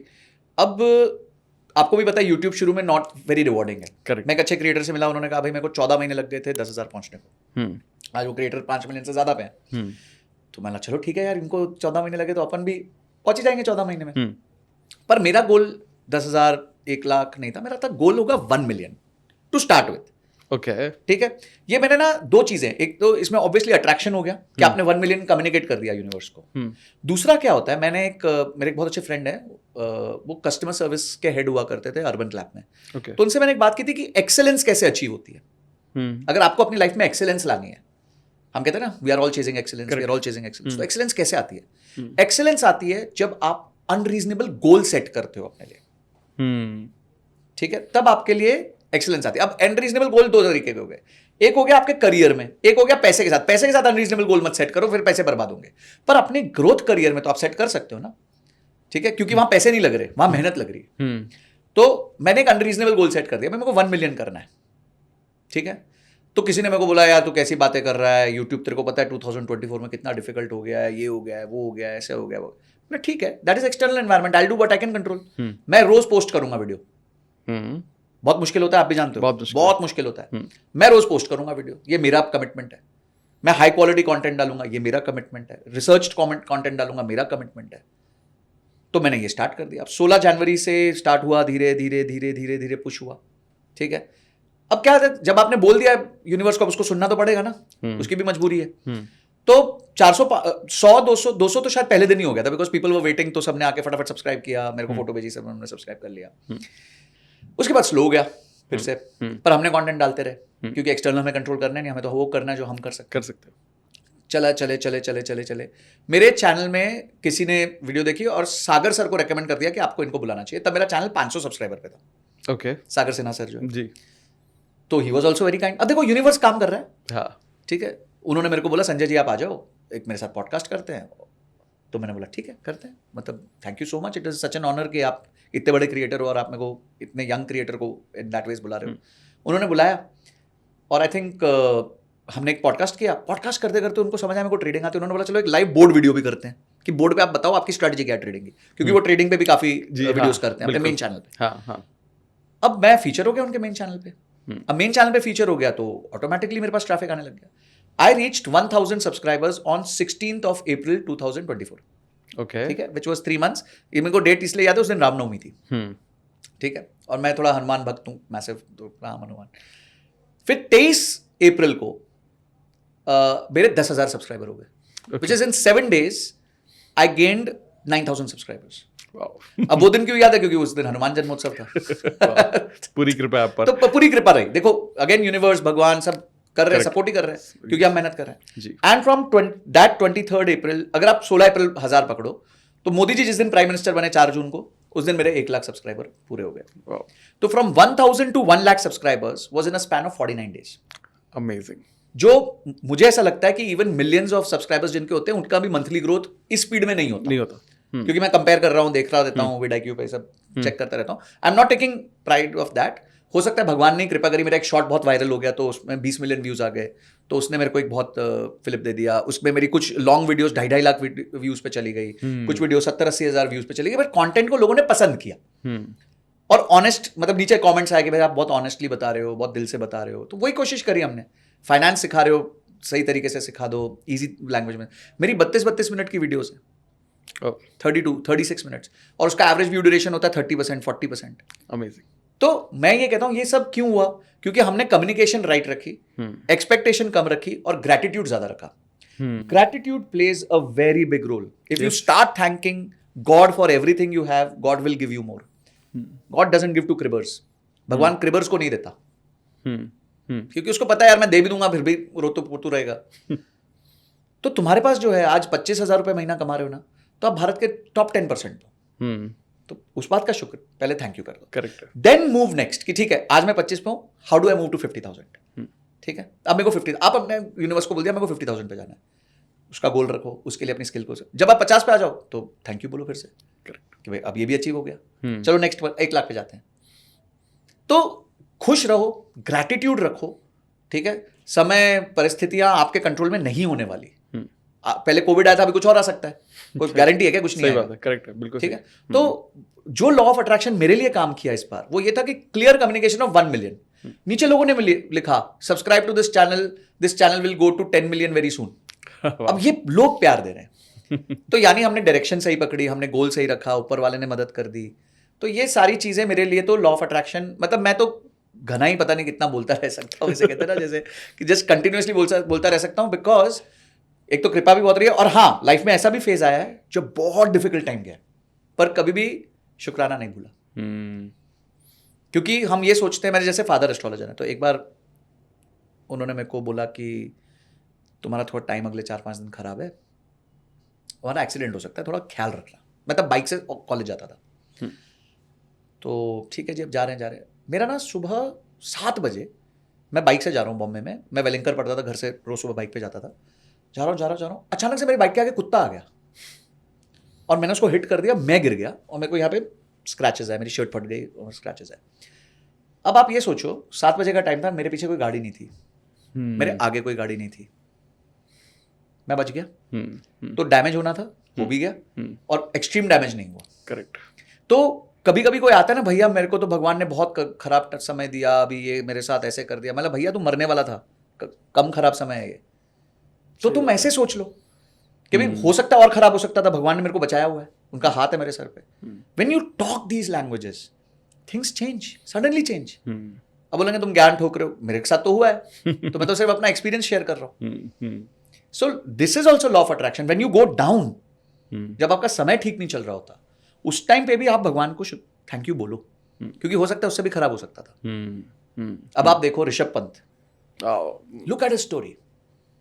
तो मतलब इतना मैसिव डैमेज, अगर वो मन से हार जाता ना, तो जिंदगी में वापस आके देखो, अब वो विकेट कीपिंग कर रहा है 1.5 साल के अंदर. व्हाट अ स्टोरी है, what a bounce back story, what a beautiful story. एक मूवी आई है अभी, चंदू चैंपियन. ठीक है, मुरलीकांत पेटकर करके एक एथलीट के बारे में. तो ये व्यक्ति दिखाया गया कि 1950s में एक व्यक्ति हमारे ओलंपिक से ब्रॉन्ज जीत के आया, और इनके गांव में है, सोलापुर गांव में. और इसको मुरलीकांत पेटकर को उसका भाई ऐसे कंधे पे लेके गया दिखाने के लिए. उसने देखा 10,000 लोग उसके सादर सत्कार के लिए आए हैं, बैलगाड़ियां आई हैं.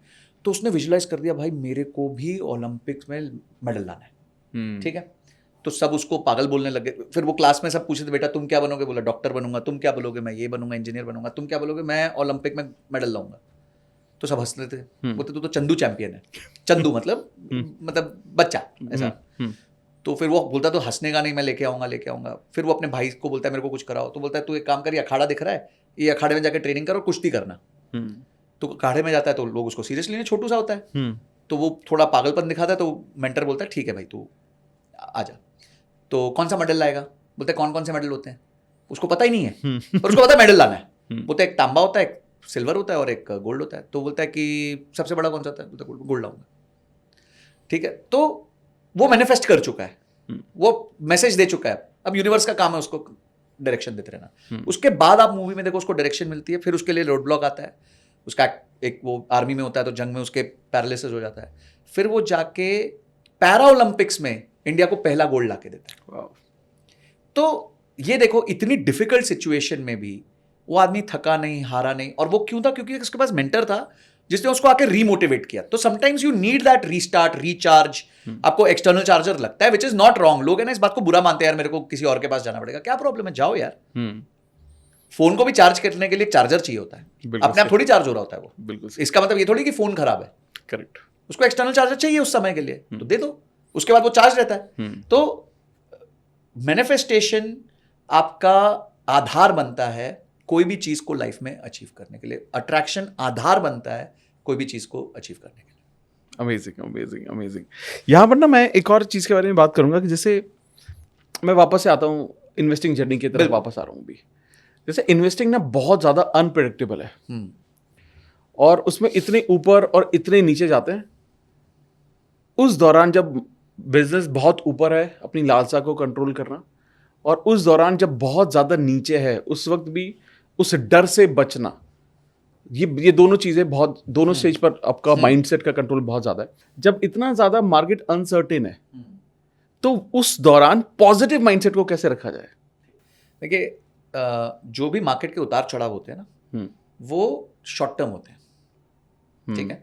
आपके डर शॉर्ट टर्म होते हैं, आपका गेन लॉन्ग टर्म होता है, ठीक है। अगर आप एक मार्केट को असेस करेंगे तो मार्केट ना साइनोसाइडल वेव में चलती है। हमने इंजीनियरिंग में पढ़ा था, ऐसे एक वेव होती थी, ठीक है। पर मजेदार बात यह है, अब आप बोलोगे साइनोसाइडल है तो वहीं टिक जाएगी, यहां से उठेगी, यहां गिरेगी, यहां से उठेगी, यहां गिरेगी, नहीं। ये जो साइनोसाइडल वेव का बैंड है ना, वो ऐसा होता है, it's at 45 degree, 50 degree, 60 degree पे होता है। तो क्या होता है कि आपका साइनोसाइडल वेव चल तो रहा होता है, पर वो अपवर्ड ट्रेंडिंग होता है। तो वो lower lows higher highs, lower lows higher highs बना रहा होता है, बट ये एक लॉन्ग टर्म में होता है। बीच में आपको क्रैश भी झेलना पड़ता है, बीच में आपको एक मतलब बहुत बढ़िया सिनेरियो भी मिलता है। देखिए आप क्रिकेट से देखिए, आप 50 ओवर खेल रहे हैं, पहला ओवर आप बैटिंग करने गए, आप ओपनिंग बैट्समैन है, पहला ओवर डालेगा उस टीम का सबसे बढ़िया बॉलर, जैसे इंडिया का जसप्रीत बुमराह।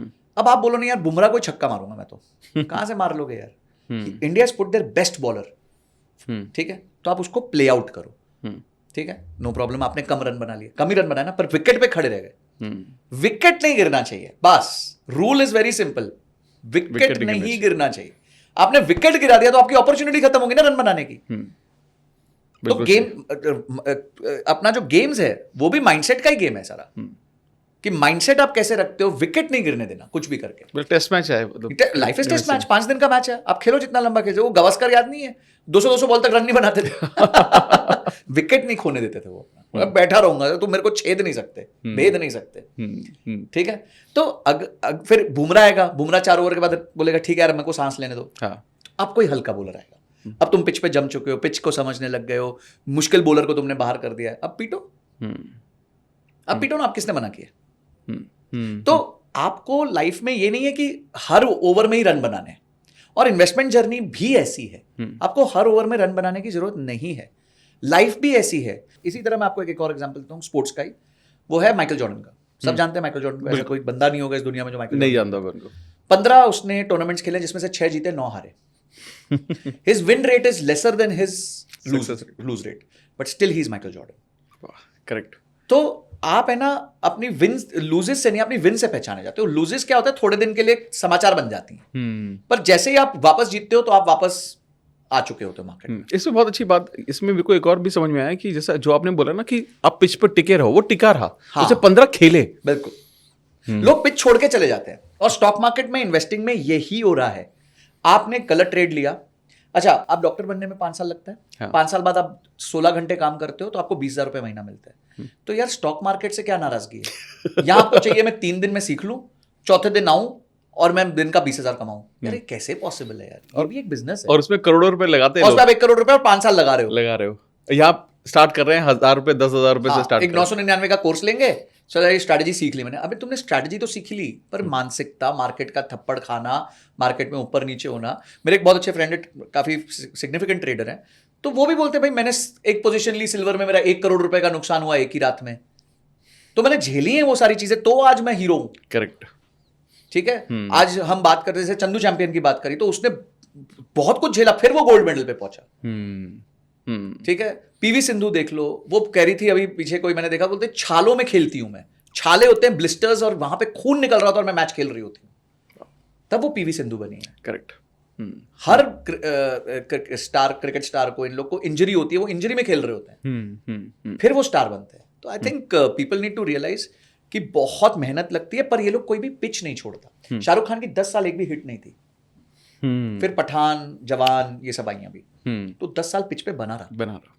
फालतू मूवीज आई ना, डाल दी उसने, कोई चक्कर नहीं है। तो पिच पे बने रहना is most important, and that time your belief in law of attraction, कि मैंने मांगा था भाई मिलेगा मेरे को, थोड़ा देर सवेर, हाँ, क्या सबर का फल जरूर मिलेगा, आज नहीं तो कल मिलेगा। ठीक है, करेक्ट। तो वो सबर तो करना पड़ेगा, पेशेंस तो चाहिए। बिल्कुल सही। तो अब हम बात करते हैं, एक फ्रेशर बंदा है, नया बंदा है, वो अपनी इन्वेस्टिंग की जर्नी शुरू करना चाहता है, तो आप उसको क्या सलाह देंगे? उसका रोड मैप लाइफ का क्या होना चाहिए, या इन्वेस्टिंग का क्या होना चाहिए? देखिए, बहुत बहुत बेहतरीन क्वेश्चन है। आई थिंक सिंप्लिसिटी से आपने एक बहुत इंपॉर्टेंट क्वेश्चन पूछा है। फर्स्ट रूल, और ये सबने सुना भी हुआ है, मैं फिर से रिपीट कर रहा हूं, कि don't invest after you spend, spend after you invest. ठीक है, ये मेरी कंपनी का नाम मैंने रखा है प्रॉफिट्स फर्स्ट। तो प्रॉफिट्स फर्स्ट एक अप्रोच है कि आप पहले अपना इन्वेस्टमेंट कर दो, फिर खर्चे करो। स्विगी एक बार कम मंगा लो, बाहर एक बार कम चले जाओ शुरू में, कोई चक्कर नहीं है, पर इन्वेस्टमेंट को नहीं तोड़ना। ठीक है, प्राण जाए पर इन्वेस्टमेंट ना जाए, मतलब इन्वेस्टमेंट जाती रहनी चाहिए। तो आपने अगर ये 20,000 रुपये महीना कमा रहे हो, और 20,000 रुपये में आपने ये तय कर लिया मैं 5,000 रुपये महीना SIP करूंगा, या 4,000 करूंगा, या 3,000 करूंगा, तो पहले वो करो। ठीक है, अगर आप यंग हो, आपके पास समय है, आप इक्विटी को समय दो। इक्विटी का रूल क्या होता है मैं आपको समझाता हूं। आपकी जो एज है उसको 100 से माइनस कर दो, ठीक है, उतना % आपका पैसा इक्विटी में जाना चाहिए। ओके, तो अगर आपकी 20 की उम्र है, 100 माइनस 20 हो गया 80, तो 80% of your investable corpus should go in equity. Okay okay. क्यों? क्योंकि अभी आपके पास समय है रिस्क लेने का, आप 20 साल का सोच सकते हो। बिल्कुल सही। ठीक है, एक व्यक्ति अगर 20,000 रुपए कमाता है और 25-30% अपनी इन्वेस्टमेंट करता है उसमें से, और ज्यादा म्यूचुअल फंड्स में, ज्यादा स्मॉल कैप मिड कैप में डालता है, कम इंडेक्स में डालता है, जहां थोड़ा रिस्क ले रहा है क्योंकि उसके पास टाइम है, हाँ, और वो हर साल 10-10% से अपनी सैलरी बढ़ा रहा है, 10-10% से अपना निवेश बढ़ा रहा है, ज्यादा नहीं मांग रहा ना, ये तो बेसिक चीज है जी। वो 20 साल में उसके पास 3-4 करोड़ का कॉर्पस होगा। अब 40 की उम्र में अगर आपके पास 3-4 करोड़ का कॉर्पस है, इट इज नॉट बैड। ठीक है, ज्यादा होगा दैट इज, वो आपका बेनिफिट है, भगवान की कृपा, आप पिच पे बने रहे, आप खेलते रहे, तो आपको बेनिफिट भी हो सकता है। मैं तो एक बहुत कॉन्जर्वेटिव स्टेट ऑफ अफेयर्स में आपको बता रहा हूँ। ठीक है, और 4 करोड़ एक बार एक व्यक्ति के पास हो गया, तो उसके बाद वो अगले 20 साल उसमें से 4 लाख रुपए महीना निकाल सकता है। बिल्कुल सही। ठीक है, तो इन्वेस्टिंग जर्नी लॉन्ग टर्म के एंगल से सोचो। आप अभी बिल्कुल, अगर आप एक्टिव इनकम में हो, आप जॉब करते हो, कृपया करके स्टॉक मार्केट में डायरेक्ट इन्वेस्ट मत करो। ओके, सिर्फ म्यूचुअल फंड्स में पैसा डालो। अगर आप लंबे समय के लिए डाल रहे हो तो थोड़ा कैपिटल आप ज्यादा स्मॉल कैप और मिड कैप में डाल दो। अगर आप छोटे समय के लिए डाल रहे हो तो इंडेक्स में ज्यादा रखो, क्योंकि वो कंपैरेटिवली सेफर इंस्ट्रूमेंट होता है। ठीक है, और अपनी एक्टिव इनकम को ग्रो करने में शुरू के 10 साल में एक्टिव इनकम को ग्रो करने में ज्यादा फोकस करो। क्योंकि जितनी एक्टिव इनकम होगी उतनी पैसिवली आप बना सकोगे ना। अगर मेरा 20,000 की जगह सैलरी 40,000 हो जाती है, तो मेरा इन्वेस्टेबल कॉर्पस 5,000 की जगह 10,000 हो जाता है। बिल्कुल, मैं 3 करोड़ की जगह 6 करोड़ पाऊंगा। तो focus on building your skills to create a better active income. मैंने भी वही किया था, मैंने एक्टिव इनकम ज्यादा करी, जिसकी वजह से मैं ज्यादा इन्वेस्ट कर पाया, जिसकी वजह से आज मैं पैसिव इनकम पे आया। ठीक है, तो स्टार्टिंग आपकी इन्वेस्टमेंट जर्नी सिंपल रखो, कोई सरफोड़ मत करो, कोई दिमाग मत लगाओ, बस rule of compounding is don't disturb it. आप जितना फंड मैनेजर अच्छा परफॉर्म कर रहा है, आप सोच के भी नहीं कर सकते उतना अच्छा, क्योंकि he is trained in it, he spent, वो पिच पे बना हुआ है बहुत समय से। तो उसका काम आप मत करने की कोशिश करो, आप अपने काम में निपुणता पाओ। अपने काम में और बेटर हो जाओ। अगर आप कहीं पे नौकरी कर रहे हो एडिटर की, तो एडिटिंग स्किल्स ज्यादा सीखो। इन्वेस्टिंग आपका काम नहीं है। वो कहते हैं मछली से पेड़ नहीं चढ़ाते और बंदर को तैराते नहीं है। बिल्कुल सही। तो आप मछली हो, आप पानी में रहो, आराम से जाके एक्टिव इनकम बिल्ड करो। अपने एडिटिंग स्किल्स इतने अच्छे करोगे, आपकी 20,000 की तनख्वाह 2 लाख हो जाए 5 साल में। Focus on that, then you will have more corpus to invest. बिल्कुल सही, बिल्कुल तो सही। ये मेरी एडवाइस होगी, सिंपल रखो लाइफ को भाई। कोई complicated, I don't want to give you a Excel sheet जिसमें आप सब कुछ पंच करो और ये सब होगा। कुछ नहीं करना। जो मैंने बेसिक चीज बोली उतना ही करो। मैंने भी वही किया था और मैंने अचीव किया। और भारत एक ग्रोइंग स्टोरी है। आज अगर इंडेक्स 75,000 है तो कल को 2 लाख भी होगा, 3 लाख भी होगा। हमने 20,000 भी देखा है, हमने 8,000 भी देखा है इंडेक्स। करेक्ट। वही 8,000 वाला इंडेक्स आज हमने 75,000 भी देख लिया अपने ही जीवन काल में, छोटे से 16-18 ईयर्स के अंदर। तो आज अगर ये 75,000 है तो कल को 2.25 लाख, 2 लाख, 3 लाख होगा। India story is growing. तो ये वो आप, आई थिंक आपने बाहर मेरे को एक बात ये भी बोली थी कि भाई इंडिया में इन्वेस्ट करो, क्योंकि अगर इंडिया आपको पता है अगर ग्रो कर रहा है तो फिर आप टेंशन क्यों ले रहे हो? टेंशन क्यों ले रहे हो? इंडिया में इन्वेस्ट करो। और इंडिया में इन्वेस्ट करने का सबसे अच्छा तरीका क्या है? Mutual funds. म्यूचुअल फंड्स मस्त सही है। तो मैं एक और चीज़ यहाँ पर पूछता हूँ, थोड़ी अलग है। अब जब हम बात कर रहे हैं ना, जैसे आप बात कर रहे हो, आप बहुत प्रेफरेंस देते हो म्यूचुअल फंड को, क्योंकि ये एक थोड़ा बैलेंस सा है, क्योंकि एक्सपर्ट इसको हैंडल कर रहे हैं और आपकी रिस्क एबिलिटी भी कम हो जाती है मुझे लगता है कंपेरेटिवली। लेकिन ना बहुत सारे इन्वेस्टमेंट के अलग अलग तरीके हैं, जैसे गोल्ड लेना, लोग फिजिकल गोल्ड लेते हैं, फिर अब लोग समझ रहे हैं कि फिजिकल गोल्ड लेने का कुछ फ़ायदा नहीं है। तो आप थोड़ा सा ये ड्रॉप डाउन कर सकते हैं कि सबसे ज़्यादा रिस्क किस में, जो शायद इनिशियली नहीं लेना चाहिए, या किस स्टेज में आप ले सकते हो, या सबसे कम किस में पड़ता है? जैसे इंडेक्स फंड है, जैसे बहुत बड़े बड़े जो एक्सपर्ट हैं वो ये भी बोलते हैं कि अगर आप सेफेस्ट वे चाह रहे हो तो इंडेक्स फंड में आप पैसा डालो, और वो भी आपको 12-15% दे देगा यार, 20-25-30 सालों में आराम से दे देगा, बिना रिस्क के। बिल्कुल, है ना? तो ये कुछ आप थोड़ा बताना चाहेंगे इस बारे में? देखिए, वॉरेन बफे इस दुनिया के सबसे बड़े कंपाउंडर रहे हैं। मतलब वो कंपाउंडर नहीं, मतलब इन्होंने कंपाउंड किया। तो उन्होंने एक बात कही थी, जब मेरी डेथ हो जाएगी तो मैंने क्लियर मैंडेट दिया हुआ है कि मेरा पैसा इंडेक्स फंड में जाएगा। ठीक है। अच्छा। और इन्होंने एक व्यक्ति के साथ बेट भी लगाई थी 2008 में। उसे बोला, मैं काम करता हूँ, मैं मेरे पैसे इंडेक्स फंड में लगाता हूँ, तू अपने पैसे हेज फंड में लगा। अच्छा। तो हेज फंड वाले ने बोला था, देख मैं तेरे से ज़्यादा कमाऊंगा। बोले 10 साल बाद मिलेंगे, ठीक है? जो ज़्यादा कमाएगा वो एक दूसरे को $1 मिलियन दे देगा। मतलब जिसने कम कमाया होगा वो जिससे ज़्यादा कमाएगा उसको $1 मिलियन देगा। ठीक है, ठीक है। वॉरेन बफे ने 10 साल में 84% कमाया टोटल ग्रॉस। वो हेज फंड ने 22% कमाया। ठीक है। तो अगेन बार बार एक ही मुद्दे पे घूम फिर के आएंगे। इन्वेस्टिंग का मतलब ही लॉन्ग टर्म होता है। आप लॉन्ग टर्म का विजन लेके चलो, आपके पैसे बनने ही बनने।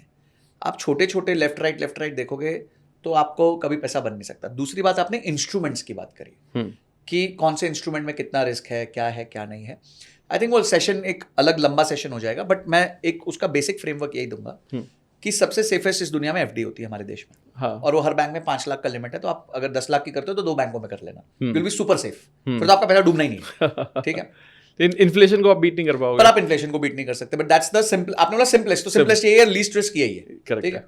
दूसरा जो है वो हो गया, इस तरह के कुछ इंस्ट्रूमेंट्स आ गए आजकल, पीयर टू पीयर लेंडिंग के कुछ इंस्ट्रूमेंट्स आ गए जो थोड़ा रिस्की होते हैं पर आपको 10-11% तक रिटर्न दे देते हैं।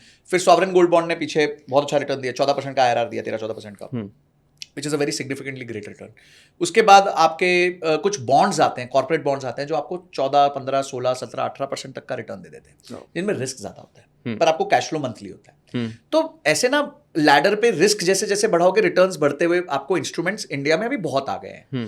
तो अपॉर्चुनिटी बहुत है पैसिव इनकम बनाने की, बट वो एक अलग संसार है। हाँ। मैं आज के निवेशक को, बच्चे को, एक जूनियर, एक 20 साल के 21 साल के लड़के को, नौजवान को या लड़की को, मेरी बहन को यही बोलना चाहूंगा कि भाई तुम सिर्फ अपनी इनकम का एक पोर्शन तय कर लो। अगर लंबे समय तक डाल रहे हो तो थोड़ा मिड कैप स्मॉल कैप में ज्यादा डाल सकते हो, 60-70% उधर डाल दो, बाकी इंडेक्स में डाल दो। मस्त रहो, स्वस्थ रहो, एक ही चीज पे फोकस करो, अपनी एक्टिव इनकम बढ़ाने पे फोकस करो, स्किल्स डेवलप करो, ताकि आप 20,000 की तनख्वाह को 2 लाख ले जाओ। वो automatically it will transform into better investment and automatically that will transfer into bigger corpus. ठीक है। आप मार्केट में ये मत सोचो मैं 36% कैसे कमा सकता हूँ, वो बहुत मुश्किल है। बड़े नहीं कर पाए। जो दुनिया के सबसे बड़े कंपाउंडर, उन्होंने 65 साल में सालाना नेट रिटर्न 19.8% का दिया है। तो अगर हम वॉरेन बफे ने 19.8% का दिया है, पर 60 साल हो गया उसको। ठीक है, आपने आज 10,000 रुपये डाला होता उसमें जब उन्होंने स्टार्ट किया था, तो आज वो 45 करोड़ रुपए से ऊपर होता, सिर्फ 10,000 रुपये। मैं SIP की बात नहीं कर रहा, वन टाइम 10,000 की वैल्यू आज 45 करोड़ से ज़्यादा होती, ठीक है। बट उन्होंने पेशेंस रखा, उन्होंने लंबे समय कमाया, तो वही ज़्यादा नहीं ज़्यादा देर वाला हिसाब है। तो सबको मेरी एक ही राय होगी, work on your skills to better your active income, your passive income will automatically become better.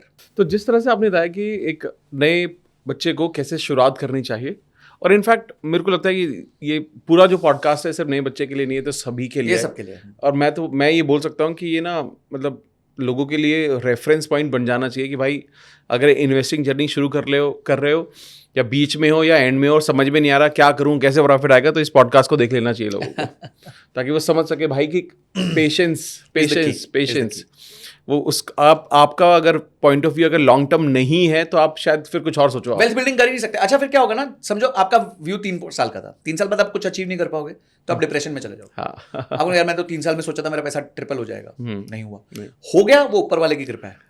ये जनरल ट्रेंड नहीं है, ठीक है। कोई आपने कैच कर लिया एक सीजन जिसमें आपके अच्छे रिटर्न्स बन गए, पर इसका मतलब ये नहीं कि वो सीजन नहीं आएगा जिसमें आपके रिटर्न्स की बैंड बजेगी। बिल्कुल सही। तो इसलिए लॉन्ग टर्म में देखा जाता है चीजों को, शॉर्ट टर्म में नहीं देखा जाता। तो मैं यहाँ पर ना एक चीज़ बात करूँगा कि जो ये नए लोग हैं उन्हीं के लिए, स्पेशली उनके लिए ऐसे कौन से रिसोर्सेज या कोई किताब हो सकती है जिसको लोगों को स्टडी करना चाहिए बिफोर गेटिंग इनटू इन्वेस्टमेंट, और if they are into investing उनको एक दो किताब या कोई वीडियोस या कुछ कोर्स जो उनको ज़रूर समझना चाहिए? देखिए, एक तो व्यक्ति को ये जरूर समझना चाहिए how to pick mutual funds. Okay, ये तो कंपलसरी मतलब कोर्स में डाल देना चाहिए 10th 11th 12th। अच्छा। क्यों? क्योंकि देखिए उसके जिंदगी का आधार बनने वाला है वो म्यूचुअल फंड्स, ठीक है। एक गवर्नमेंट अगर इस लेवल पे मेहनत कर रही है कि म्यूचुअल फंड सही है, एजुकेशन कैंपेन चल रहा है, आज 20,000 करोड़ की महीने की इक्विटी SIP है, 20,000 करोड़ महीना, और ये बढ़ने वाली है। तो आज अगर एक व्यक्ति SIP करना चाहता है तो वो सिर्फ मेरी सुन के आपकी सुन के ना करे, थोड़ा उसके माइंड में हो कि मैं म्यूचुअल फंड में भी कैसे सिलेक्शन करूं, ठीक है। मैं फंड मैनेजर का एक्सपीरियंस कैसे देखूं, वो AUM कितना कर रहा है मैं कैसे देखूं, वो रिस्क कितना लेता है, उसका पोर्टफोलियो क्या है, उसके चार्जेस कितने हैं, जो एक बेसिक है ना, ये सारी चीजें हर व्यक्ति को सीख लेनी चाहिए। बहुत एफर्ट नहीं है, मैटर ऑफ 2 आवर्स है। 2 घंटे अपने आप को कमरे में बंद करोगे, सब सीख लोगे। मैंने बोला skill is never an issue, this is only issue, ठीक है। स्किल तो आज आप यूट्यूब पे कोई भी स्किल 2 घंटे में सीख सकते हो, बिल्कुल सही, ठीक है, करेक्ट। बारिंग बिगर स्किल्स लाइक प्रोफेशनल स्किल्स जो हो गए, भाई आपको हार्ट सर्जरी करनी है, वो सब अलग चीज है, बट एक general these kind of skills you can very easy, ठीक है। तो ये एक हो गया, म्यूचुअल फंड सिलेक्शन आपको बहुत क्लियरली आना चाहिए। सेकंड चीज एक हर व्यक्ति को जो आनी चाहिए वो आना चाहिए कि उसको ना ये बात का अवेयरनेस होना चाहिए कि इंडिया में इन्वेस्टमेंट के क्या क्या प्रोडक्ट्स हैं। हाँ, जैसे FD हो गया, बैंक लोन, ये हो गया क्या कहते हैं, पीयर टू पीयर लेंडिंग हो गई, या फिर बॉन्ड्स हो गए, कॉर्पोरेट बॉन्ड्स हो गए। तो उसको एटलीस्ट पता होना चाहिए कि मेरे पास ये इंस्ट्रूमेंट अवेलेबल है। हाँ, लाइफ के कोई फेज में आपके पास एक्सेस कैपिटल होता है, तो आप कहते हो मैं FD में 6% नहीं कमाना चाहता, मैं 9% कमाना चाहता हूँ, 10% कमाना चाहता हूँ, तो उसको पता होना चाहिए यार ये मेरे पास लाइब्रेरी है, अब मैं 10% ये वाला इंस्ट्रूमेंट कर सकता हूँ, ये पॉसिबली कम रिस्क में मेरे को 10% दे सकते हैं। तो इंडिया में ये भी एक मेरे को लगता है लैक है कि एक प्रॉपर स्केड्यूल्ड तरीके से ये सारे प्रोडक्ट्स मिले। हमारे पास बहुत प्लेटफॉर्म्स आ चुके हैं अभी जो इस तरह के प्रोडक्ट्स दे रहे हैं, ग्रिप है, जिराफ है, पर एनम है, पावर अप है, बहुत सारे ऐसे नाम आ चुके हैं जिसमें आप वेबसाइट पे जाके ये सब कर सकते हैं, पर लोगों को इसकी अवेयरनेस नहीं है। तो मुझे लगता है ये भी एक बहुत इंपॉर्टेंट चीज है कि आपको पता होना चाहिए आप किन प्रोडक्ट्स में इन्वेस्ट कर सकते हैं। थर्ड है स्टॉक मार्केट्स।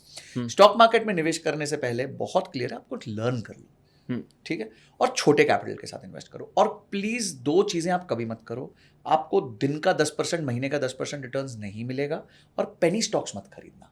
फिर लोग आ जाते हैं 2 रुपए का शेयर है, कल 20 हो जाएगा तो मेरे मजे लग जाएंगे। वो 2 रुपए का शेयर किसी रीजन से ठीक है ना, तो वो 2 रुपए का शेयर हुआ है, कोई कारण से 2 रुपए का हुआ है। वो आपके जैसे बहुत लोग हैं मार्केट में घूमते हुए समझदार, जिनको पता खरीद सकते थे 2 रुपए में, तो वो कोई आपको बेच रहा है 2 रुपए में, ठीक है। तो वो आप प्लीज ये पेनी स्टॉक्स और ये सब स्कैम में मत पड़िए। आप अपने हाई एंड अच्छे प्रोफाइल के स्टॉक्स खरीदिए। अगर आपको स्टॉक खरीदने भी है तो आपके पास निफ्टी 50 है, निफ्टी 50 में देश की बड़ी 50 कंपनीज हैं, उनमें निवेश कीजिए। भाई विप्रो में मैं आपको बताऊं कि विप्रो का IPO आया था 1946 में, 1946 प्री IPO, प्री इंडिपेंडेंस। उसमें किसी ने 10,000 रुपए डाले होते तो आज करीबन उसके 500-600 करोड़ रुपए से ऊपर की वैल्यू थी, ठीक है।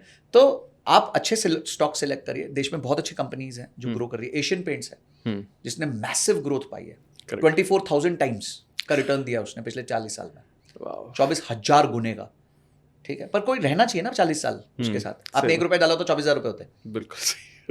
ठीक है, तो ऐसे बहुत स्टोरीज है हमारे पास, पर कोई टिकना चाहिए। ये स्टोरीज 30-40 साल की होती हैं, 20 साल की होती हैं बेयर मिनिमम। तो स्टॉक सिलेक्शन कैसे करते हैं? अगर आप सीख सकते हो, आप समय दे सकते हो, तो आप स्टॉक सिलेक्शन करो, नहीं तो छोड़ दो, सीधा म्यूचुअल फंड का काम करो। कोई टेंशन ही मत।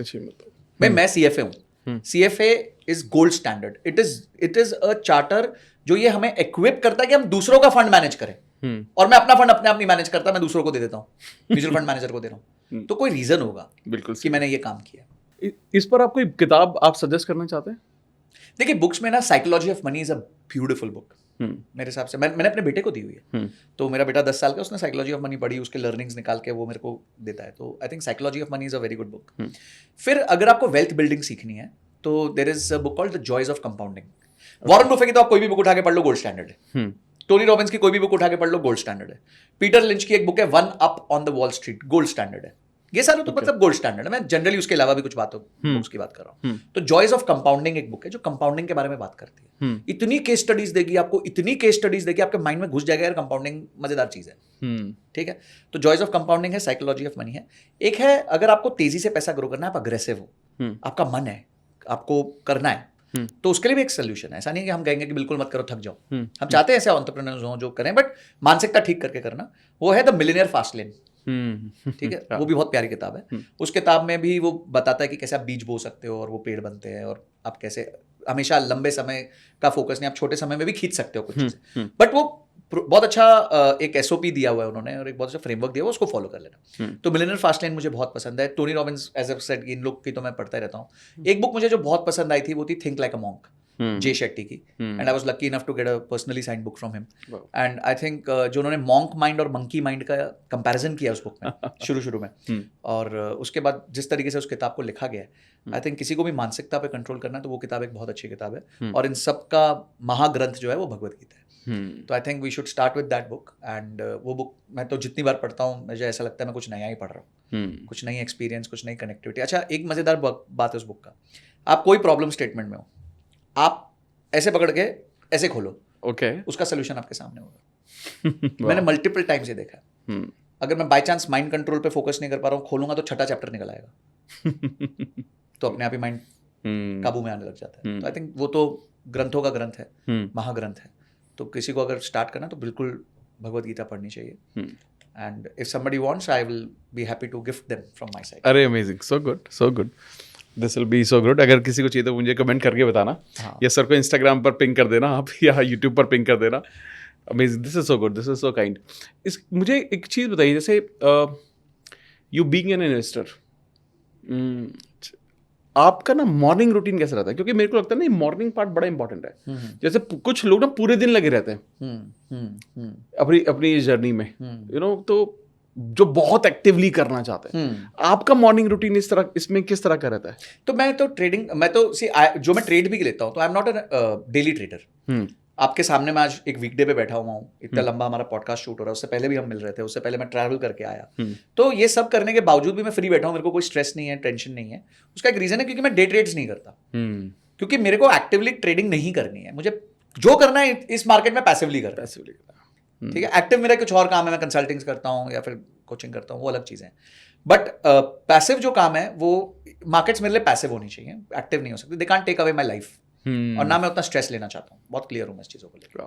तो मेरा जो मॉर्निंग रूटीन है वो मेरे लिए पर्सनली है, मेरे क्लाइंट्स के लिए है। मैं अपने कॉल्स करता हूँ, अपने फ्रेमवर्क्स बनाता हूँ, अपनी वीडियोस शूट करता हूँ यूट्यूब के लिए, इंस्टाग्राम के लिए, वो भी एक काम है। क्योंकि अगर मैं 30-30 मिनट की वीडियो आउट करता हूँ तो उसके लिए मेरे को 3-4 घंटे बहुत मेहनत लगती है। फिर उसके बाद शूट करो, ये सब करो, आप जानते हो, यू नो द रिगमारोल। तो ये सब मेरा काम है, बस दैट्स अबाउट इट। एंड बेटे के साथ टाइम स्पेंड करता हूँ, उसको एजुकेशन, फाइनेंशियल एजुकेशन बहुत देता हूँ। मतलब तू स्कूल में जो सीख रहा है सीखता रहे, कोई चक्कर नहीं है, but with me you will learn business, will speak a lot about business, we speak about organisations, we speak about money.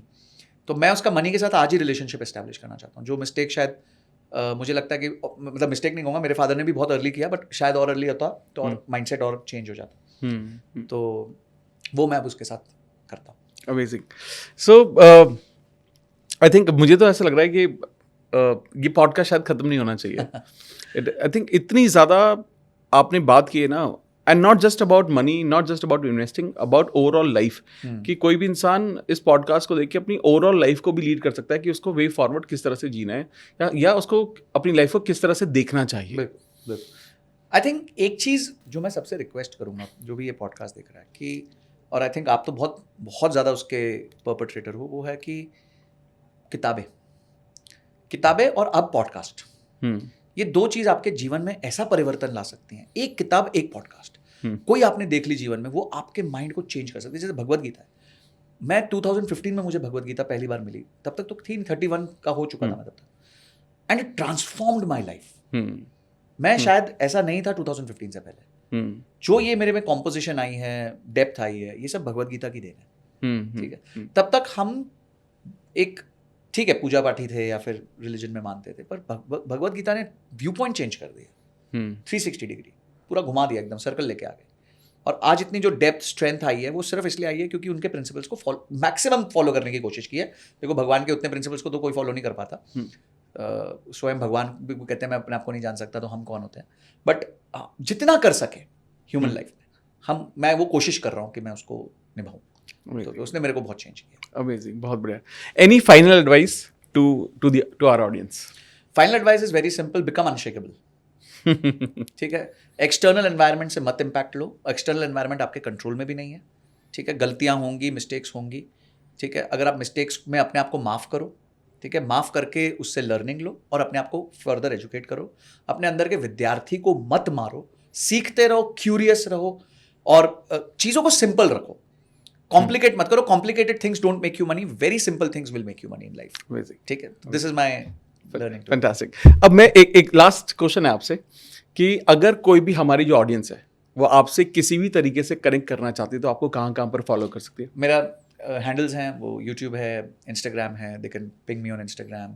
मैं जनरली रिस्पॉन्सिव हूँ, मैं थोड़ा बहुत कर देता हूँ रिस्पॉन्स, खुद ही बैठ के कर लेता हूँ. टीम को भी कहता हूँ कि मैं कर लूँगा कुछ, मतलब मैं रखता हूँ एक आधा पौना घंटा की लोगों के जवाब दे दूँ कुछ चीज़ों में. ग्रेट. एंगेज भी करता हूँ, लोगों से पूछता हूँ आपके मन में कोई मेरे लिए सवाल है तो ज़रूर बताना. What ever best I can do platform पे बैठ के मैं कर सकता हूँ.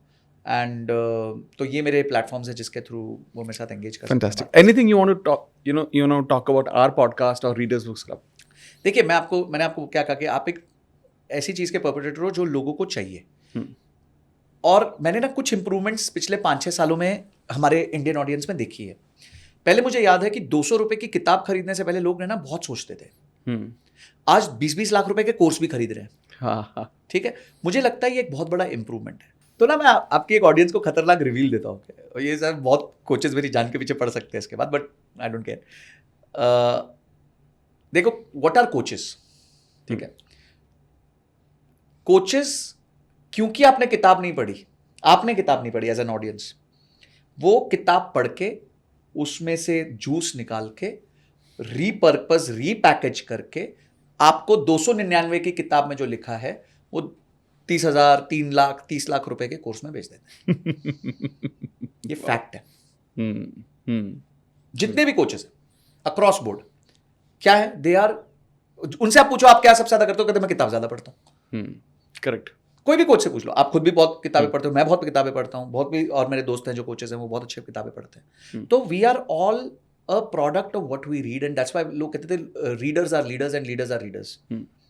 ठीक है, तो ये बात अप्लाई करती है. मैं इस पॉडकास्ट के माध्यम से एक ही चीज़ कहना चाहता हूँ कि अमित जी के चैनल पे जाके उन्होंने चीज़ों को आसान कर दिया. जब किताबों के बारे में बात कर रहे हैं, वो उसकी लर्निंग्स दे रहे हैं, तो आप जाके देखो और अपने आप को लीडर बनाओ, रीडर बनाओ. और जो चीज़ आप दुनिया में 10-10 हज़ार, 20-20 हज़ार रुपए देके कोचिंग कोर्स कर रहे हो, उसको एक किताब में आ जाता है. एक अच्छी किताब आप पढ़ लो, साइमन सेनेक की कोई किताब पढ़ लो, जो मैंने कहा था किताबें रेकमेंड करी हैं वो पढ़ लो, आपका लाइफ का ट्रांसफॉर्मेशन हो जाता है. जब मैं कह रहा हूँ भगवद गीता पढ़ के मेरा ट्रांसफॉर्मेशन हो गया, तो आपका भी कोई ना कोई किताब पढ़ के हो सकता है भगवद गीता नहीं कोई और किताब होगी, उससे हो जाएगा. So one book, one podcast can actually change your life. Amazing. तो ये मेरा लास्ट मैसेज होगा. तो संजय जी, बहुत बहुत थैंक यू आपको. मतलब मैं ये समझता हूँ कि मैंने अभी तक बहुत सारे पॉडकास्ट शूट किए हैं, बहुत सारे पॉडकास्ट अब तक डाले, लेकिन आज वाला ना, मतलब वन ऑफ द मोस्ट, मतलब मैं ये बोल सकता हूँ कि वापस से मेरे को ना ऐसा कुछ अलग इंसाइट मिली है और मैंने कुछ ऐसा सीखने की कोशिश की है आज जो शायद मैं जिंदगी भर याद रखूंगा. Thank you so much Amit ji. मैं आपको एक बात बोलता हूँ, आज आपने सीखा नहीं है, आज आपके मन में जो पॉइंट्स थे उनको एक और वो मिली है, जैसे क्या कहते हैं, कंफर्मेशन बाय होता है। तो क्योंकि मैं आपको देखता हूँ, फॉलो करता हूँ, तो मैं जानता हूँ आप भी ये बातों में ही बिलीव करते हो। I know internally you believe in the same, but क्या होता है कि जब हम नॉइज सुनते हैं मार्केट का, तब हमें लगने लग जाता है कि यार ये मतलब शायद मैं सही नहीं सोच रहा। बट जब आप अच्छे लोगों से मिलेंगे, राइट, जिन्होंने कुछ लाइफ में अचीव किया, मैंने कहता मैंने बहुत किया बट कुछ भी किया, तो आप उनमें से यही डेप्थ पाएंगे कि जो मैंने बातें की हैं 85-90% इसी के अराउंड बात होगी। बहुत सिंपल बात करेंगे जो अनबिलीवेबल लगती हैं कि यार अच्छा इतना इजी था क्या। तो I think that is the bigger thing. आप ये बात बोल रहे हैं कि आप सीख रहे हैं, आपका ह्यूमिलिटी है, बड़प्पन है, बट आई थिंक अंदर आपको ये बात पता थी। इट इज जस्ट कि एक कंफर्मेशन और इस पॉडकास्ट के माध्यम से मिल गया। जी बिल्कुल। सो थैंक यू सो मच। मैं आई डोंट नो ये पॉडकास्ट एक पार्ट में जाएगा या 2 पार्ट में जाएगा, मगर मैं ये समझता हूँ कि इस पॉडकास्ट की बहुत सारे लोगों को ज़रूरत थी जी, और वो आपके और मेरे माध्यम से वो बहुत सारे लोगों तक पहुँचेगा। और आपकी नॉलेज जो आपने इतने सालों में सीखा, समझा और अपनी लाइफ में इम्प्लीमेंट किया, उसकी वजह से बहुत सारे लोगों को वो जो आपने 40 से पहले अपनी फाइनेंशियल इंडिपेंडेंस को अचीव किया है, वो बहुत सारे लोगों को अचीव करने में मदद मिलेगी। I am sure and I will be very happy ऐसा लोग कर पाए और वो अचीव करने के बाद अपनी लाइफ का पर्पस ढूंढे और सेवा करे, फिर जन कल्याण करे, वो ज्यादा अच्छा रहेगा। Amazing. Thank you so much Amit ji. Thank you so Thank much you for all your thank you time. So much. So thank you guys, ये पॉडकास्ट में बिल्कुल मजा आ गया मेरे को। एंड अगर आप इसी तरह का कंटेंट और भी देखना चाहते हैं तो मैं आपको पर्सनली सजेस्ट करूंगा कि संजय जी का यूट्यूब चैनल और इंस्टाग्राम आप जरूर सब्सक्राइब कर देना, क्योंकि वहां पर आपको इसी के एक्सटेंडेड वर्जन जो हमने पिछले 1-1.5-2 घंटे में बात की, इसी का एक्सटेंडेड वर्जन और डिटेल में आपको समझ में आने वाला है। वहाँ बहुत सारी स्किल भी सीखेंगे आप, बहुत सारे माइंडसेट भी सीखेंगे और आपको ना बहुत बारीक डिटेल समझ में आएगी कि मैं अगर अपनी इन्वेस्टिंग की जर्नी शुरू करना चाहता हूँ या मैं उसके बीच में हूँ या मैं बहुत साल कर चुका हूँ, मैं कहाँ अटका हूँ, वो सारे जवाब आपको मिल जाएंगे। तो आपका बहुत बहुत धन्यवाद अगर आप पॉडकास्ट में यहाँ तक बने हुए हैं। और अगर आप चाहते हैं कि ऐसी ही कोई प्योर सोल हमारे पॉडकास्ट पर आए और अपनी नॉलेज को शेयर करे, तो मुझे कमेंट करके ज़रूर बताना। जल्दी मिलते हैं और भी बेहतरीन पॉडकास्ट के साथ। Thank you so much.